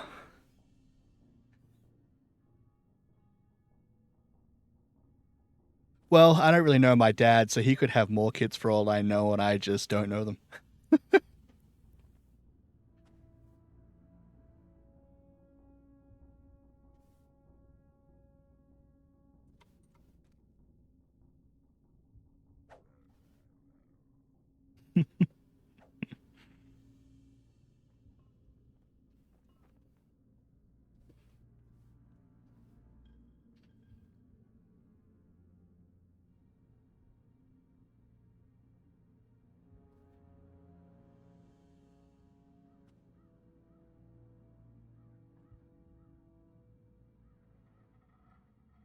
Yeah, that's very much the same boat I'm in.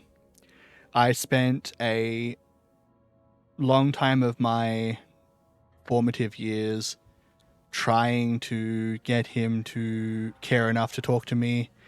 I reached a point where I hated him, and then after years of that, I came to the realization that he's not worth hating.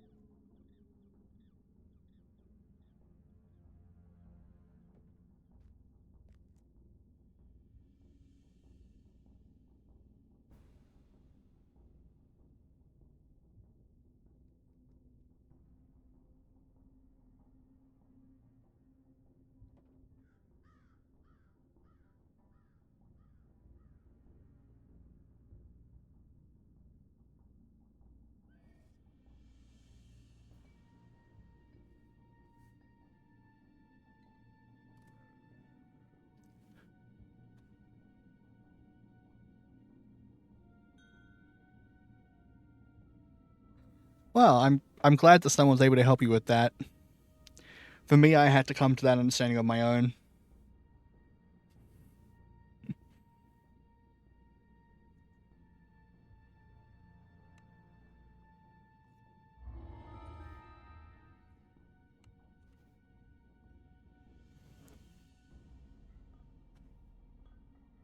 And yeah, it's not worth putting effort into the people who don't want to return the effort.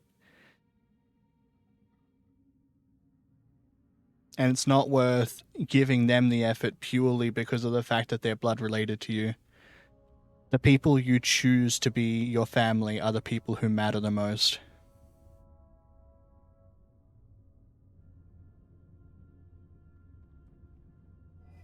Which was, funny fact, that's the original sentiment of the phrase, blood is thicker than water. People use that phrase incorrectly. Today, they use it to try and gaslight people into loving their parents who are shitbags. When in actuality, the full phrase is, the blood of the covenant is thicker than the water of the womb. Which means that the family you choose is more important than the family that you're born to.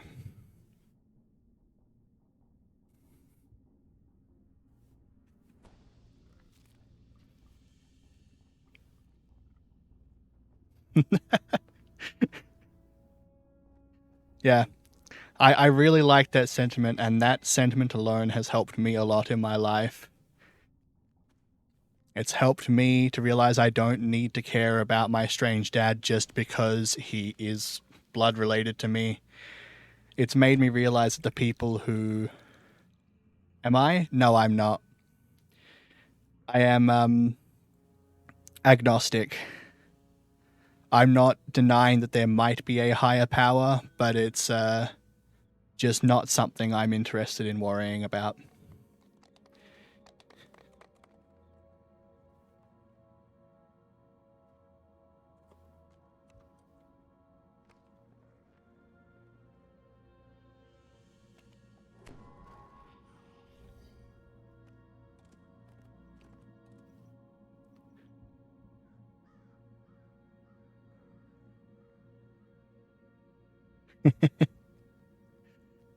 Yeah, it's just one of those terms that people of all religions say nowadays.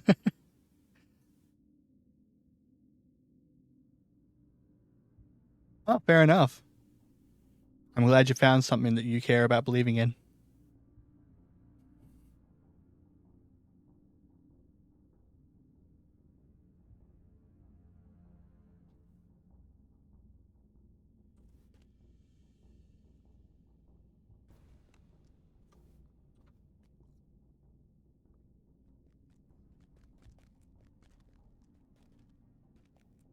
Yeah, no, I don't either. Everyone should just believe what they want to believe in, or the thing that they feel is correct to believe in, and it's not everyone's cup of tea to believe the way that they do.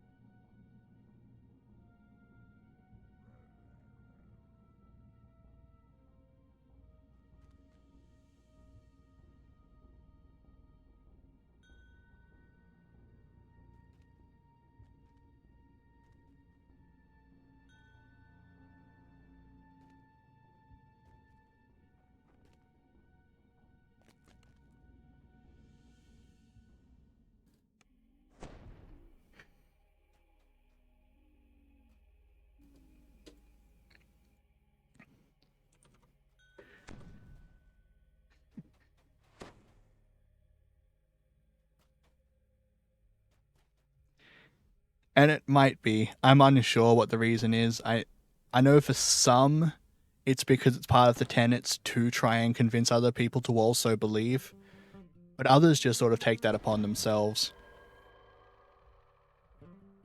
And it comes in all shapes and forms. It's not even just necessarily religion. Some people feel the need to control everyone around them in every aspect. Religion, the way they eat, the way they dress. They're just strange people who think that they should be allowed to control everyone else. But that's on an individualistic level. That's not because of religion specifically.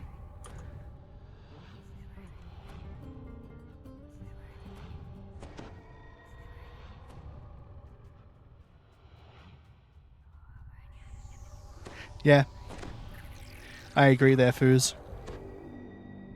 If something upsets you to the point that you feel the need that they have to change it, then maybe it's your outlook that needs to change, not the way they're behaving.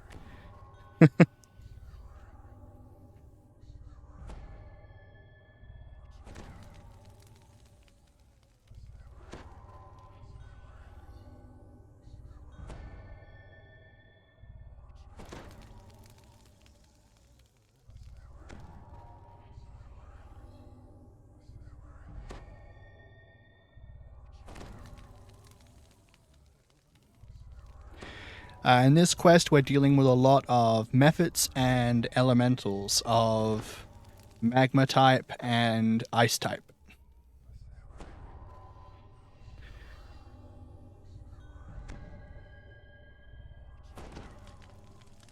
See, nah, that's not cool. Convincing children that everyone who isn't part of your belief is going to go to hell, no, that's brainwashing behavior. That's not okay.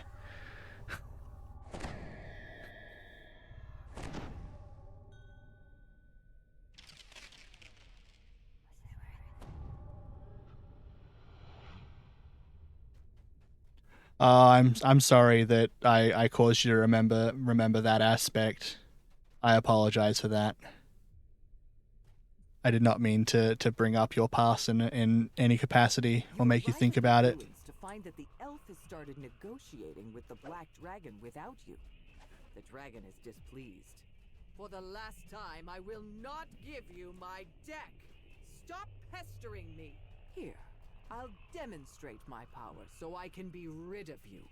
There's a shimmering burst of gold ink in a sea of navy blue. The dragon smiles wryly.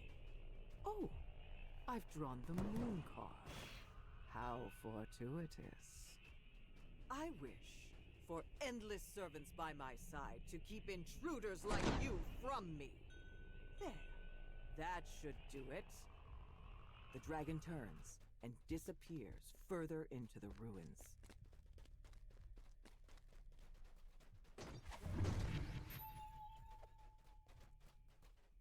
You turn the corner, and a burst of searing hot air envelops you.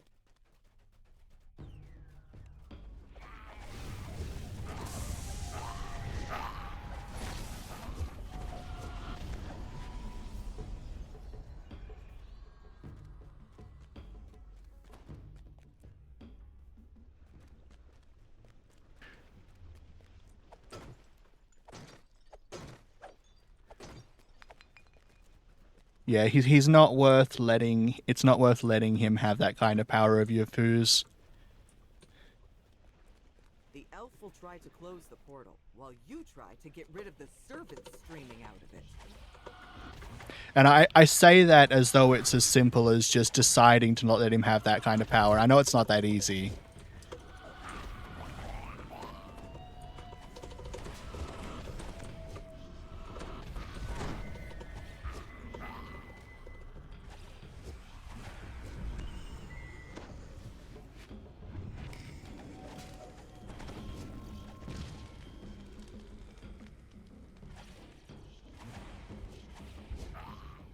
Sorry, needed to lock in for a moment there.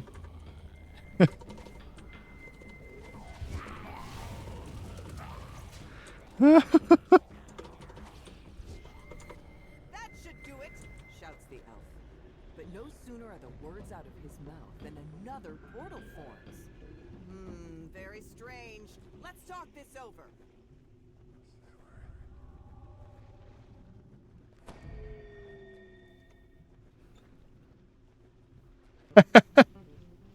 Weirdly, sometimes the people you don't know are the easiest people to talk to you because there's nothing you need to, like, worry about.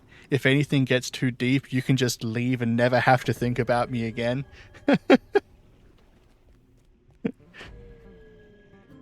And sometimes having that ability to know that if things just become awkward or wrong, you can just walk out.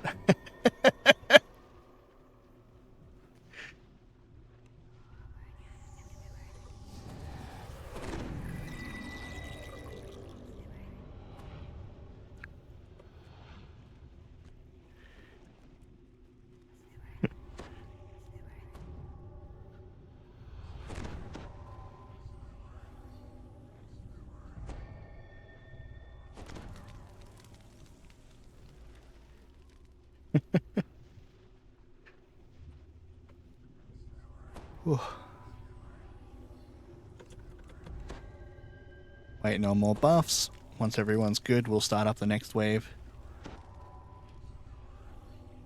Yeah.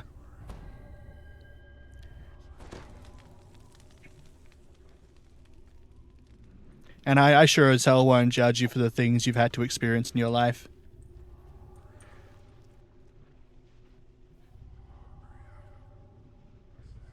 Even if I were the kind of person who would try to judge people, I've had my own shit I've dealt with. I'm in no position to actually do that. Alrighty.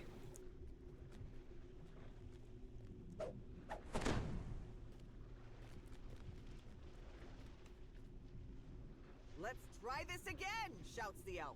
More fiery servants fly out of the second floor. You have your personal hypothesis about what a god could be for your own beliefs. It's okay to have beliefs. As long as we don't hurt people over interpretations, we should be fine. Yep. I fully agree. And there are lots of people who need the idea of a god in their life or a higher power to make things okay and to make things make sense. And that's perfectly fine. And I'm happy when the people who do need it find it. The second portal closes and a third portal opens immediately. As I suspected, says the elf. Let me try something else. One more time. This might do it, says the elf. Alrighty, after this wave of methods, we'll be able to head through this barrier behind us to continue on with the quest. There will be ice methods after this barrier is taken down.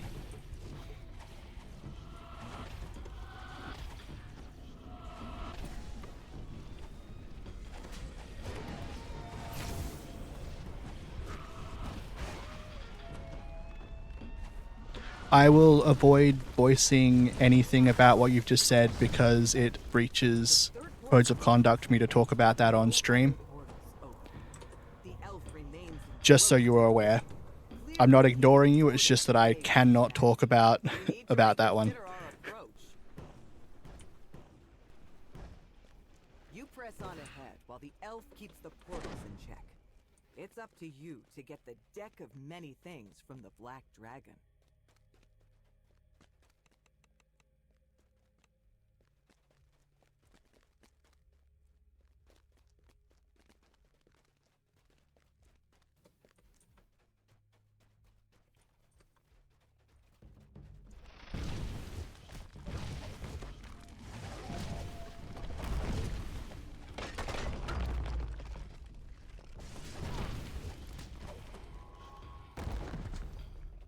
I'm very glad about that. I'm glad that you have gotten better in your mind. It's not an easy thing to have accomplished, and I'm happy you've managed to.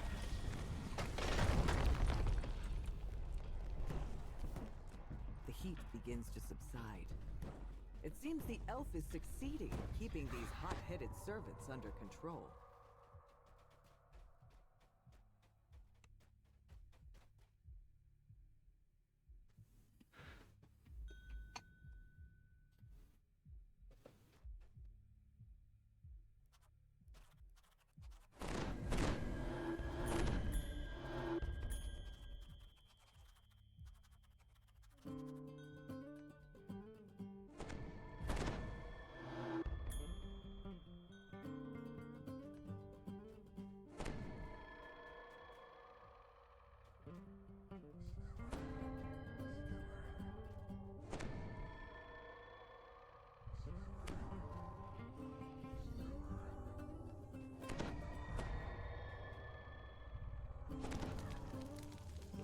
Yeah. No one really talks about the aftermath. And no one checks back in to make sure that people are still good after they've gotten better in the first place.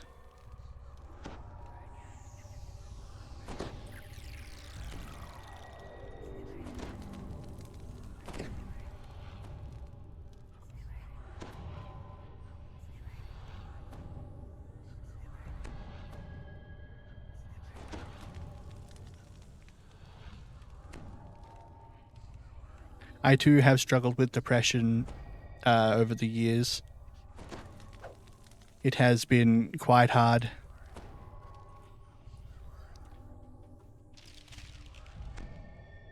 I still deal with the thoughts a lot, but I've managed to reach a point where it's not affecting me as much anymore. It's there, and I know it's always going to be there, but it doesn't put me in a state anymore.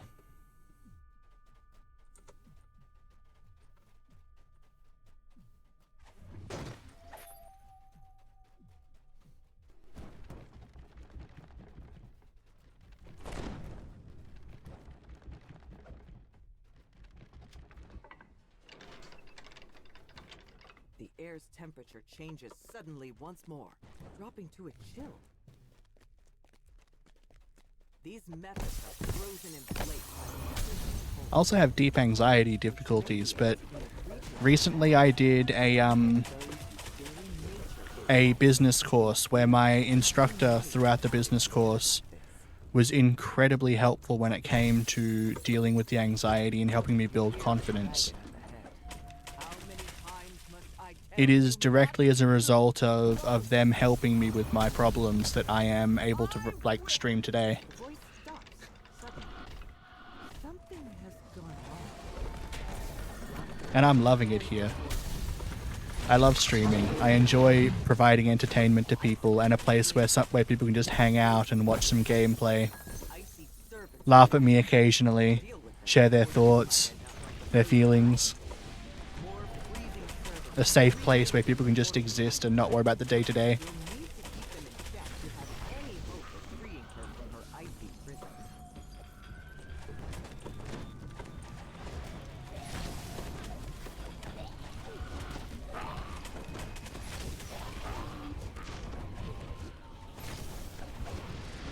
It wasn't so much about calming it, it was about helping me realize that the things I was worried about when I came to my anxiety were in my head.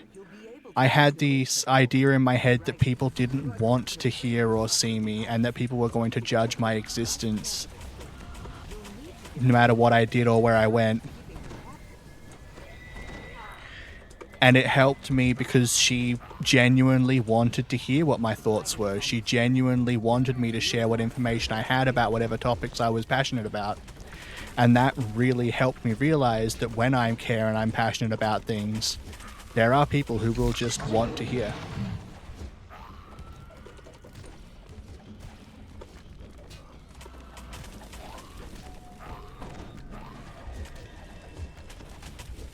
And that realization helped me a lot.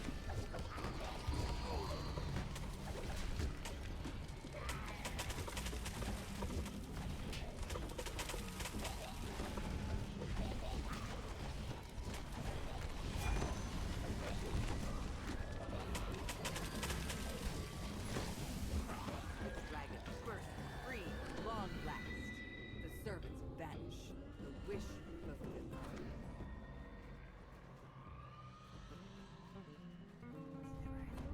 Yeah, You have my gratitude. mental issues are invisible and people either don't want to admit that they exist This or check has caused more trouble than refuse to believe that they exist because they can't be the seen. spoils of these ruins as well. With that, my debt is now repaid. But finding that one person who does genuinely want to hear, want to listen, and you know, You hear hurried just to footsteps. be there to talk with you through it Into the courtyard. can make a huge difference. I've unfortunately dealt with a lot of psychiatrists in my time dealing with my mental issues who are in the camp of, this is a job to me and I just don't actually want to really deal with these people who have these problems. which really made me feel like even the people who are supposed to care aren't going to care.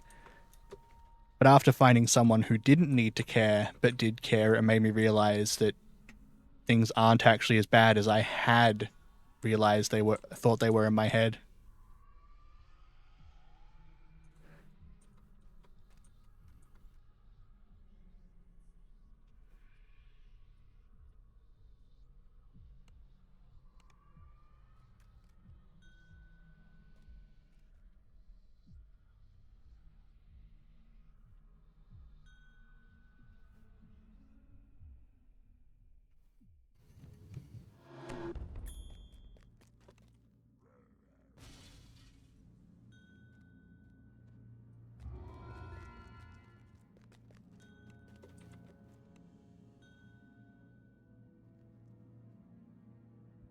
Anyway, I let myself get a little bit sidetracked there and talking about depression and anxiety, which the message is good, but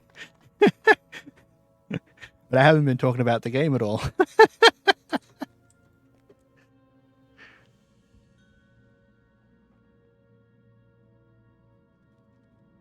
Oh, no, people who are like that. Oh.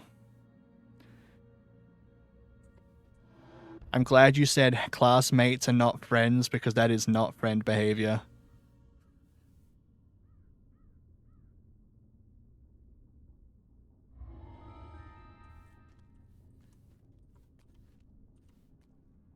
I might explain D&D to you.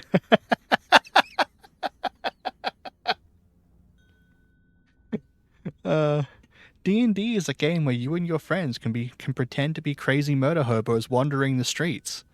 It's great.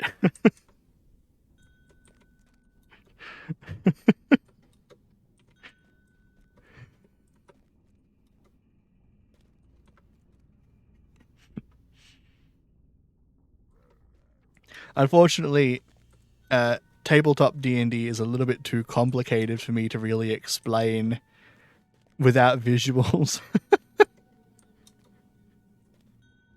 If I was sitting here with the books in front of me and like showing you the stuff and showing you what I mean and examples of play, it might be easier, but I don't know that I could just freeball explain it.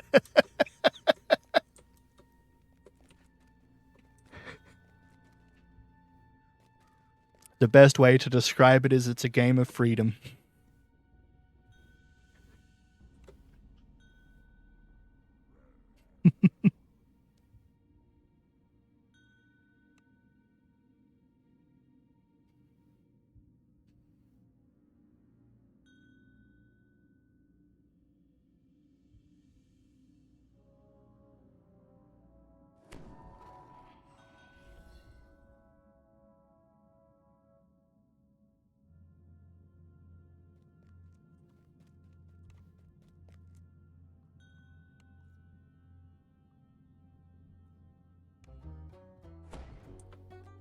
Alright, this quest is probably my least favorite out of the chain. There are lots of optional things you can do in all of the side tunnels. We're probably going to go and do as much as we can.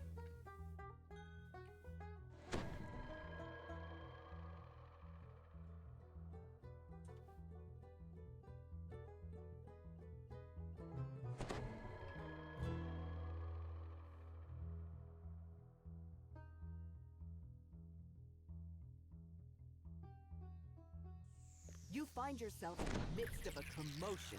An angry red dragon roars and thrashes, threatening. It is a great fantasy simulator. Calm him down before he wreaks further havoc. And should high fantasy not be your fantasy, there are versions of it that deal with either modern, or there are versions that deal with space and sci-fi.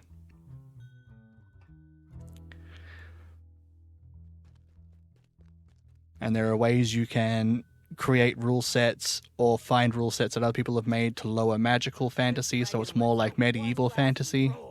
Then casts a spell to adopt a less threatening humanoid form. Now that he's calmed down, perhaps you can find out what happened before you arrived.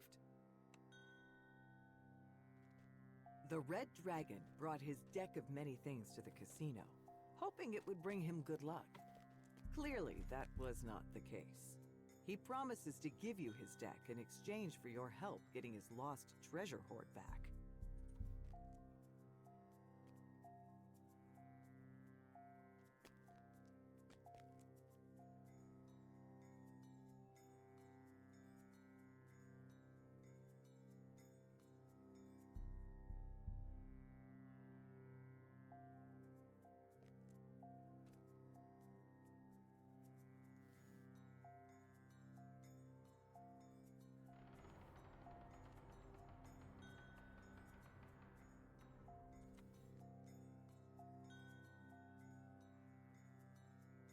We're just waiting on someone and we'll get going.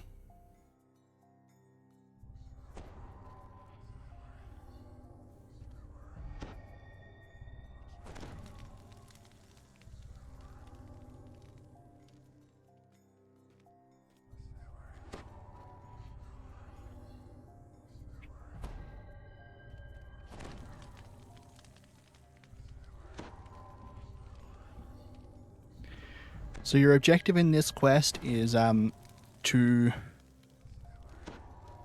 regain the deck of many things that the red dragon that we saw at the very beginning lost while gambling, because he is addicted to gambling and attempted to use the deck of many things to win his gambling and drew the ruin card.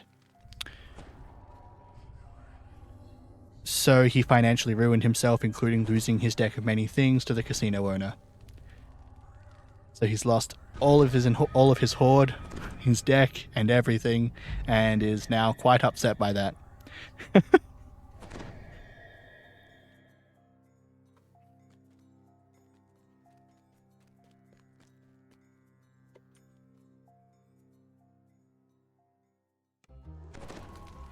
You enter into a small reception area adorned with expensive art and finery. The receptionist smiles at you expectantly.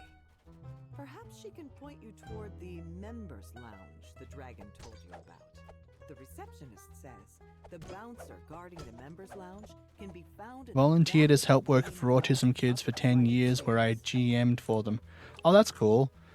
We had one who hadn't learned how to deal with his anger well, so she broke a chair when her character died. But this was/is a rare situation. Yeah.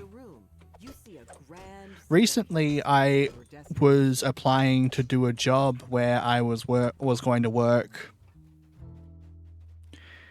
for a youth center, not directly as a GM because I'm too slow at reading to accomplish that, but I was going to be there to support the people playing the game, help out with rules and all of that. But the people I initially spoke to and left my details with about it after they had informed me never actually contacted me back or contacted me at all. So that one just fell through. First get signatures from 2 membership card holders. Some of them might be trying their luck at the machines inside this hall. You notice a patron dressed in richer finery than all the rest, grumbling to himself. You decide to ask him why he's so upset. Hodder Galgrim explains that Innick, a former friend, stole a valuable object of his and refuses to give it back. Rather than get his hands dirty himself, he implores you to get the object back. The man was last seen drinking enough to sedate a fire giant inside the dining room. A woman in formal garb stands out among the gamblers around her. Talking to her may prove useful. I can, to clarify though, I can understand why someone, or why they didn't contact me back about the position. I'm not the friendliest looking individual. I'm an overweight white male who comes across as very gruff in appearance.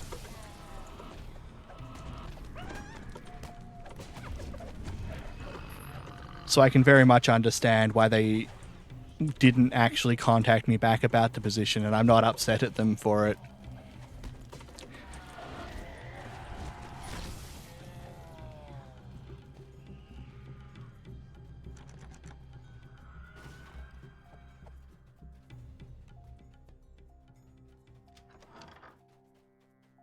grumpy manticore stands impatiently in this room. What are you doing here? I do hope they found another replacement DM though, Let's have a talk. because youth group Dungeons and Dragons session seems like would have been really cool. The manticore challenges you to a duel.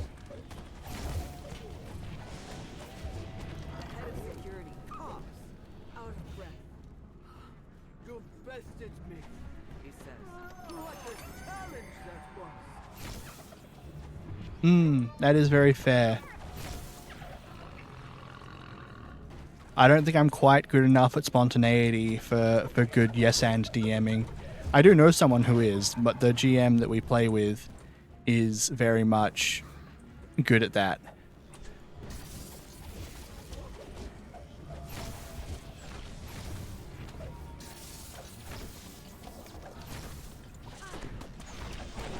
So if I were to GM, I would have had to follow the path book. The GM they had before was running them through... what's it called? Storm King's Thunder? I think that's what it's called. You step through the painting and arrive in the main hall. A magical shortcut to transport you back to this central location. A clever way of managing the casino's foot traffic.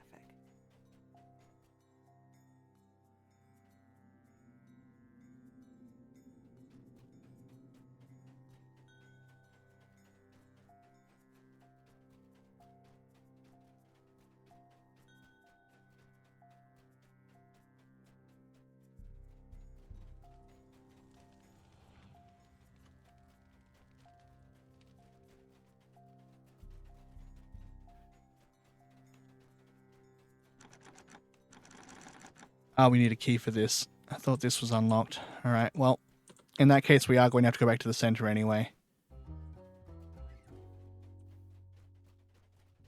We're going to have to go north.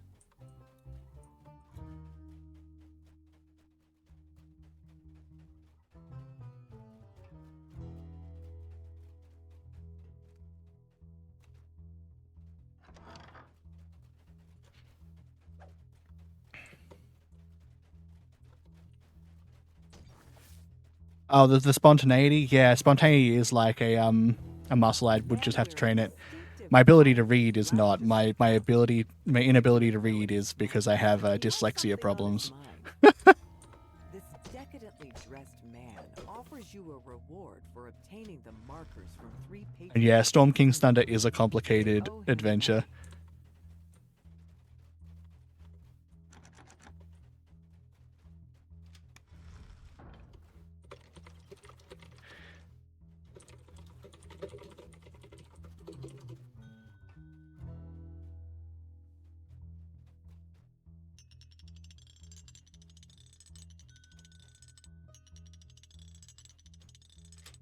The rusty wheels click into place, and a surge of electricity shocks you.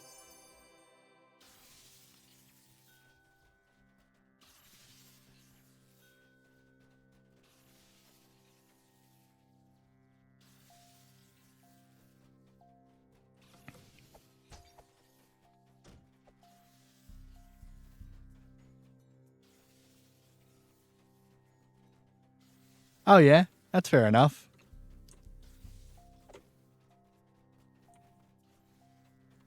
I'm very glad that you're able to do that one and that they enjoy it. Purple is...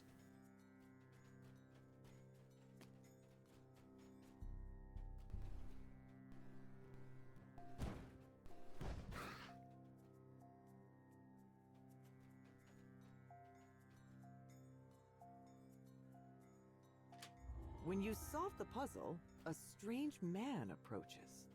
He beckons for you to listen. The first rune wheel was located in the toilets in there. And once you know the first one, you can just spin the other one until it works. The mysterious employee points you to the forbidden wing across the hall, marked by a purple star, the high stakes wing. He places a stamp on your membership card, allowing you inside. The debtor raises his hands in surrender. I've always been really slow at reading books.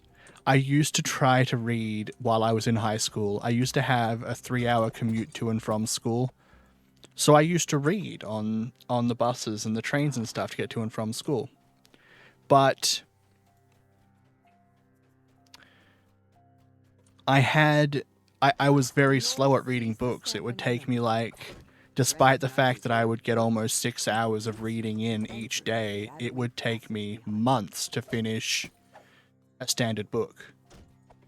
You spy one of the debtors that the mysterious man mentioned. Perhaps you should speak with him.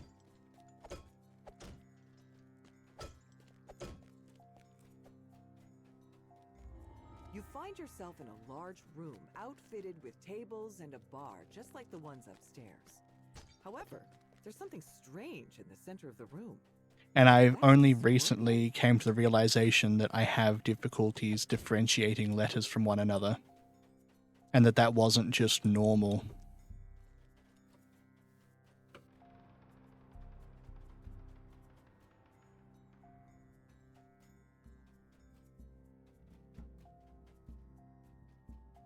Your opponent readies his position. The game starts. I do not know which selections I'm supposed to pick for this, but we're gonna find out.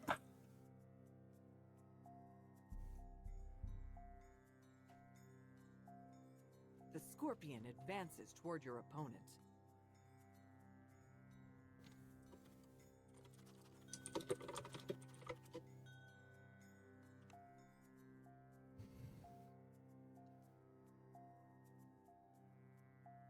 The scorpion advances toward your opponent.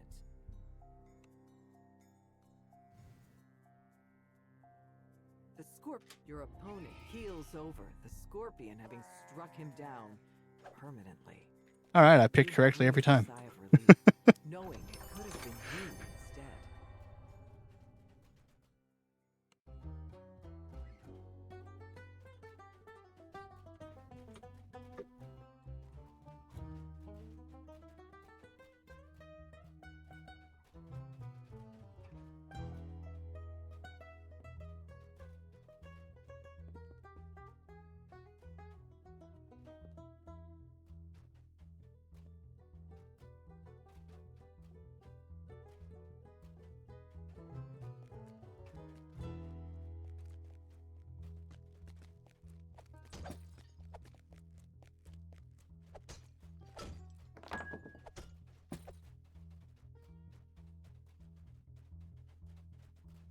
Your biggest problem was teaching the rules, since English isn't their first or second language and D&D doesn't translate well.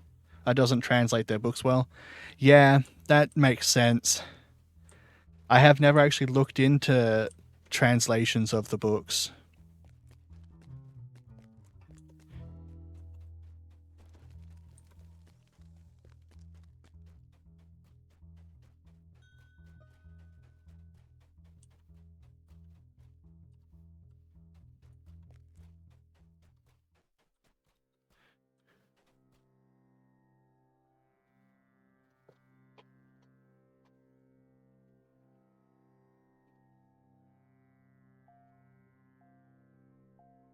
I'm glad that they were enjoying it though, and you've only had very rare few complications with it in terms of like people getting upset or anything like that.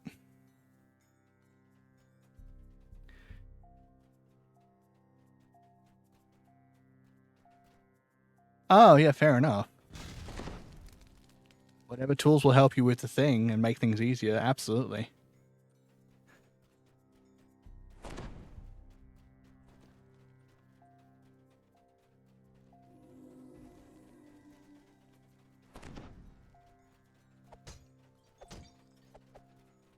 The man you are looking for stands by a table in the corner, swaying. This man wildly. is one of the ones who you need to do the thing for in order to receive an item for the people in the main hall. There are 2 people in the main hall who need to sign your Saying he won't give you the object. members card so you can get into the members only area. That another sip of wine may send him over the edge. You should be able to find some wine in the basement.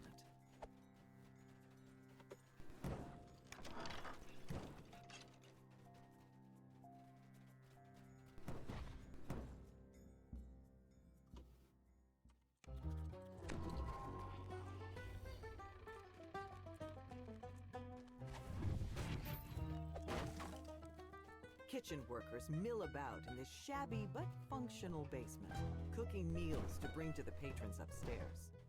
The head of kitchen staff notices you and beckons you forward. The head of kitchen staff says that if you defeat the fearsome creature in the wine cellar, she'll give you the key to the employee locker room, where you will find a modest reward.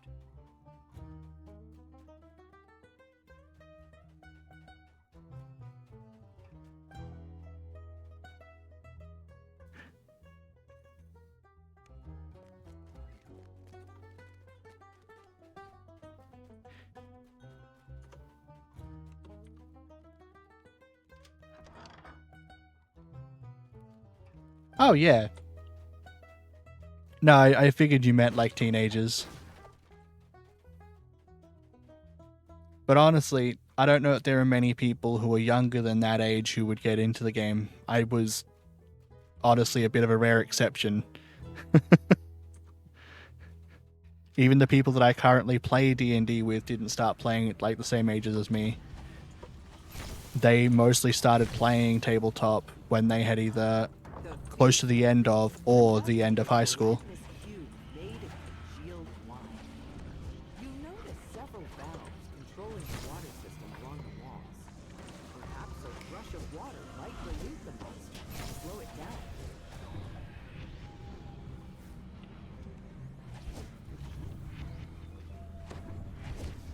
The gelatinous cube dissolves into a pool of muck. A bottle of wine is expelled from the thing as it disappears. In this room, you come in here to kill the gelatinous cube monster because the kitchen staff ask you to. You also need to come in here in order to get a bottle of wine to give to the man in the top hat, so you can give that back to the person in the main hall. The kitchen staff gives you a key that opens up one of the doors that we were trying to open before and we just couldn't. She hands you the key to the employee locker room, where you can find your reward.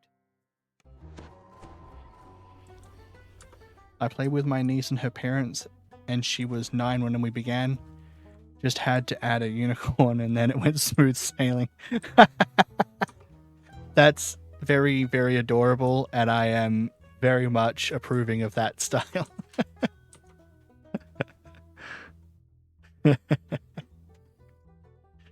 Everything deserves a unicorn. You've seen my pause screens. This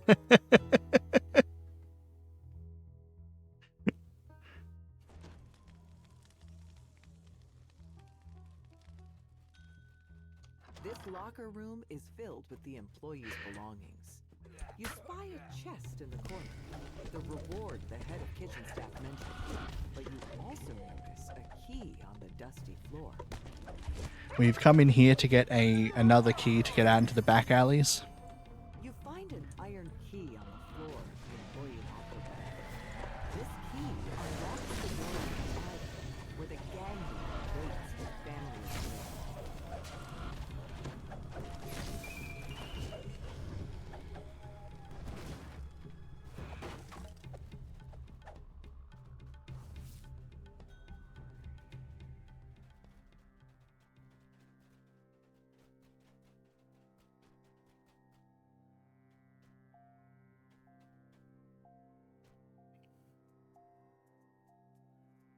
Ah, hell yeah.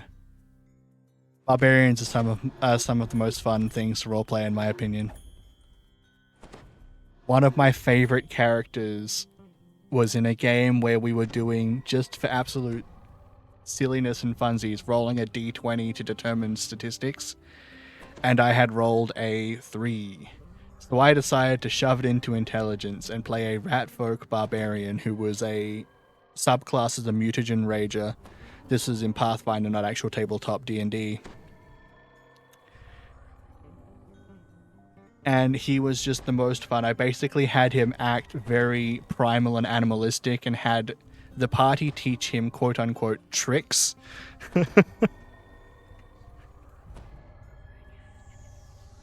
He was just so silly and fun to play.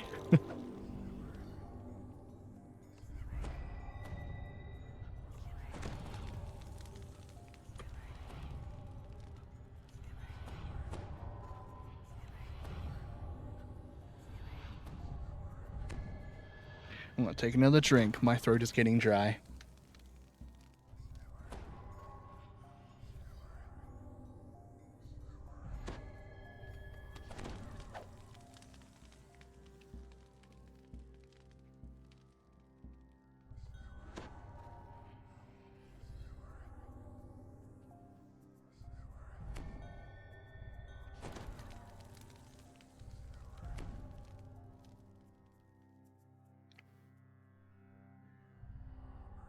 Is she susceptible to stuff like that? Or is that just like a worried she might, so don't want to take the chance kind of thing?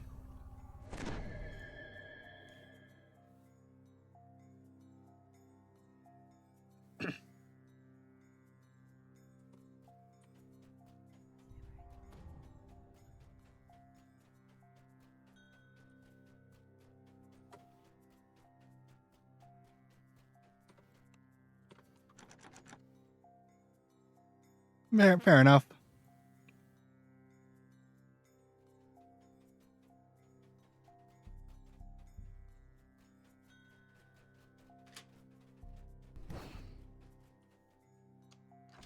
You unlock the door to the back alley. Destitute former casino patrons gather here, alongside miscreants and criminals alike.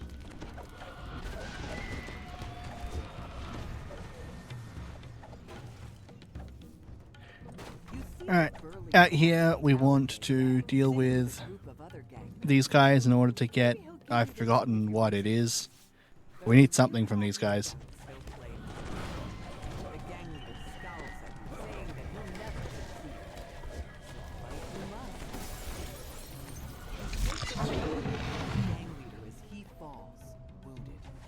Now you can return to Fanria with the prize.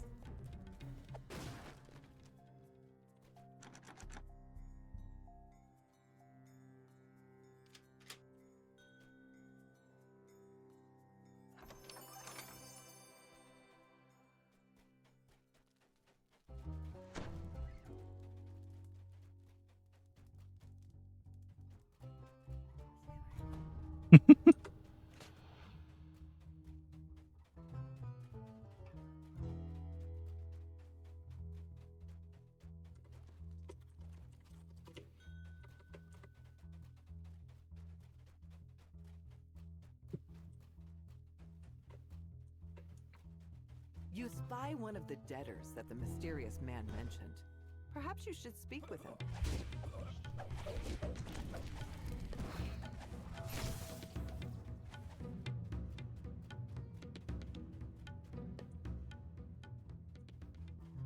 Oh, did I not grab the hat?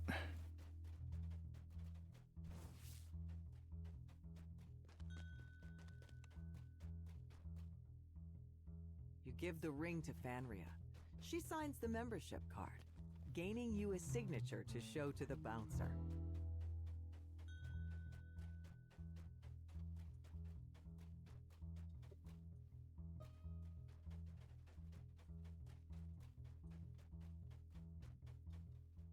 Oh, I hadn't actually gone back to him to give him his alcohol yet. Inic doesn't notice the rancid There we nature of go. the wine you brought him until he's done chugging the whole bottle. When he doubles over to retch, the top hat topples from his head.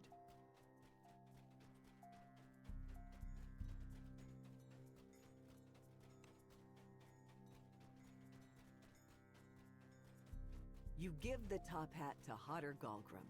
He smiles smugly and signs your membership card without a fuss. You receive the second signature you need from a membership card holder. Now you can return to the bouncer and ask him to let you into the members' lounge.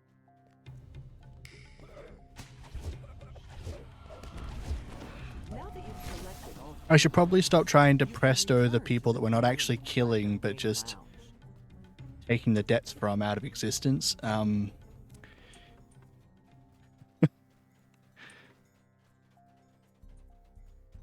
the man gestures toward a small chest.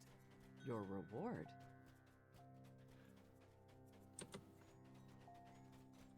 So there is a chest there that I'm glad my party is with me because I had just walked away from.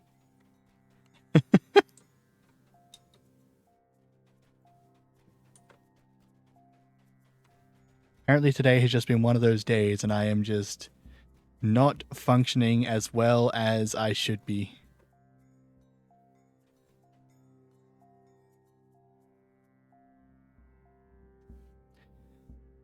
This will be the last one we're running, it seems, is the consensus with the group. Half of our group is falling asleep. You speak to the bouncer again. Now that you have both signatures on your membership, Thank you, you Zitterlock. are allowed inside the membership. I can definitely tell that I am roaming through areas we've already been. The lavish furnishings of the casino below are nothing compared to the splendor of the members' lounge. Yet, its patrons pay the decor no mind, instead crowding around a small arena. Perhaps you should investigate.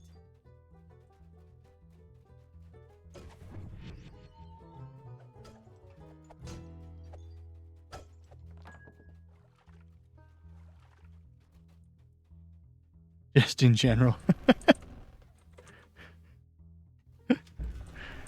Well, thank you very much, Zitterlock. I'm glad that you're enjoying the streams. And that you're enjoying my existence.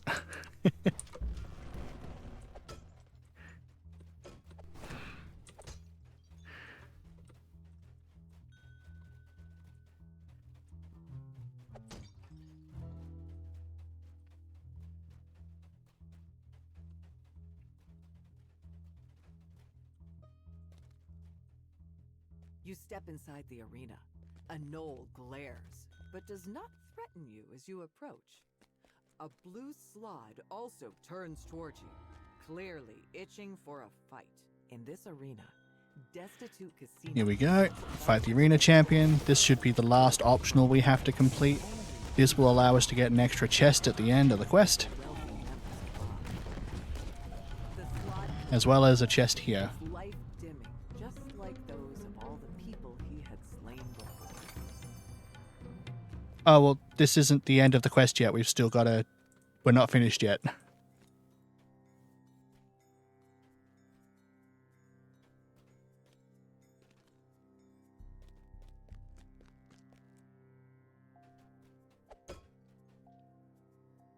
The dragon runs up to the casino owner and engages him in a frantic conversation. Now's your chance to sneak past him toward his office. I did get a scarab.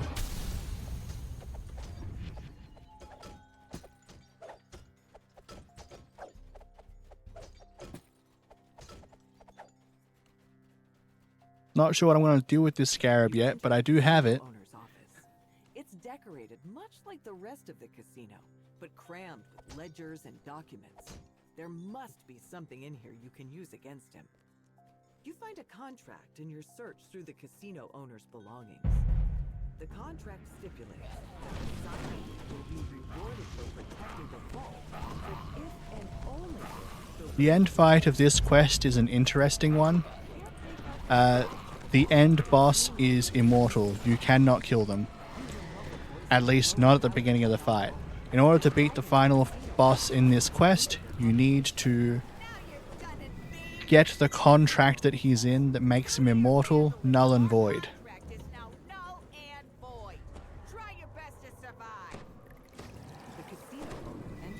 Oh, I'm not sure how that's just happened, but everything is already broken. You're supposed to make the end boss break these things to null and void the contract. You explain the dragon's plight to the casino owner, as well as the trials you've endured to make it this far. To your surprise, the casino owner laughs. Well now, I am impressed, adventurer, the casino owner says. But I can't just let you take the treasure, no. You'll have to tackle one last challenge. Hit Fiend, I summon you to perform your duty! The casino owner speaks how the Hit Fiend appears. Defeat the Vault's guardian, Yeah. and you may have the I don't normally bother worrying about it. Hit Fiend disappears, vanished back to its home plane. The casino owner, though perturbed, fulfills his end of the promise and opens the door to the vault. At last, my hoard is returned! The dragon shouts gleefully. He runs into the vault and transforms back into his native form. He curls up in a ball, content to rest among Yeah, his precious treasures. it and stuff like the Beholder's optic nerves are nice to just have in case. The dragon dismisses you with a grunt. I normally don't worry about carrying them around because I'm too lazy to He bother. dispels the fire with a gesture. And then I'll cuss and curse when I die to something that I could have just carried an item to avoid. You're proud for retrieving his hoard.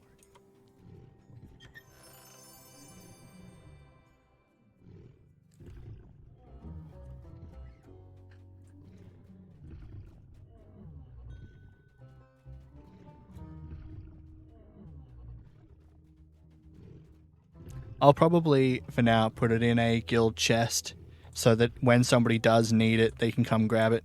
And if that happens to be me, then I'll grab it.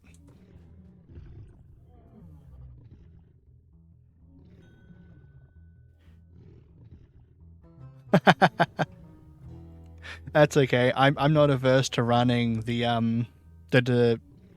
what are they called? The Dreaming Dark Chains. If I wanted one, I would go get one.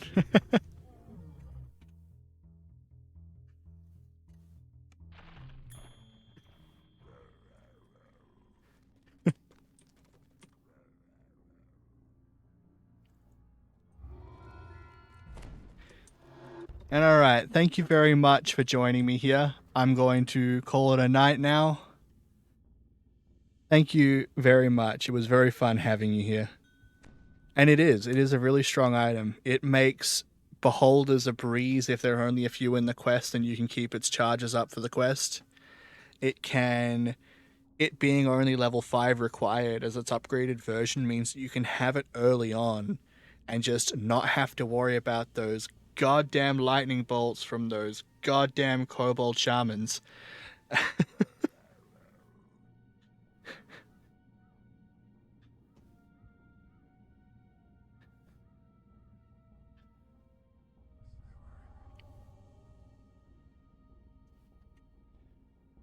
But thank you very much for joining. I'm going to raid you out because I'm having difficulties concentrating on all the different things I need to concentrate on now. I appreciate you joining, and I hope you have a good day or night, whatever it is where you are. Thank you for coming along. I hope you had a good time.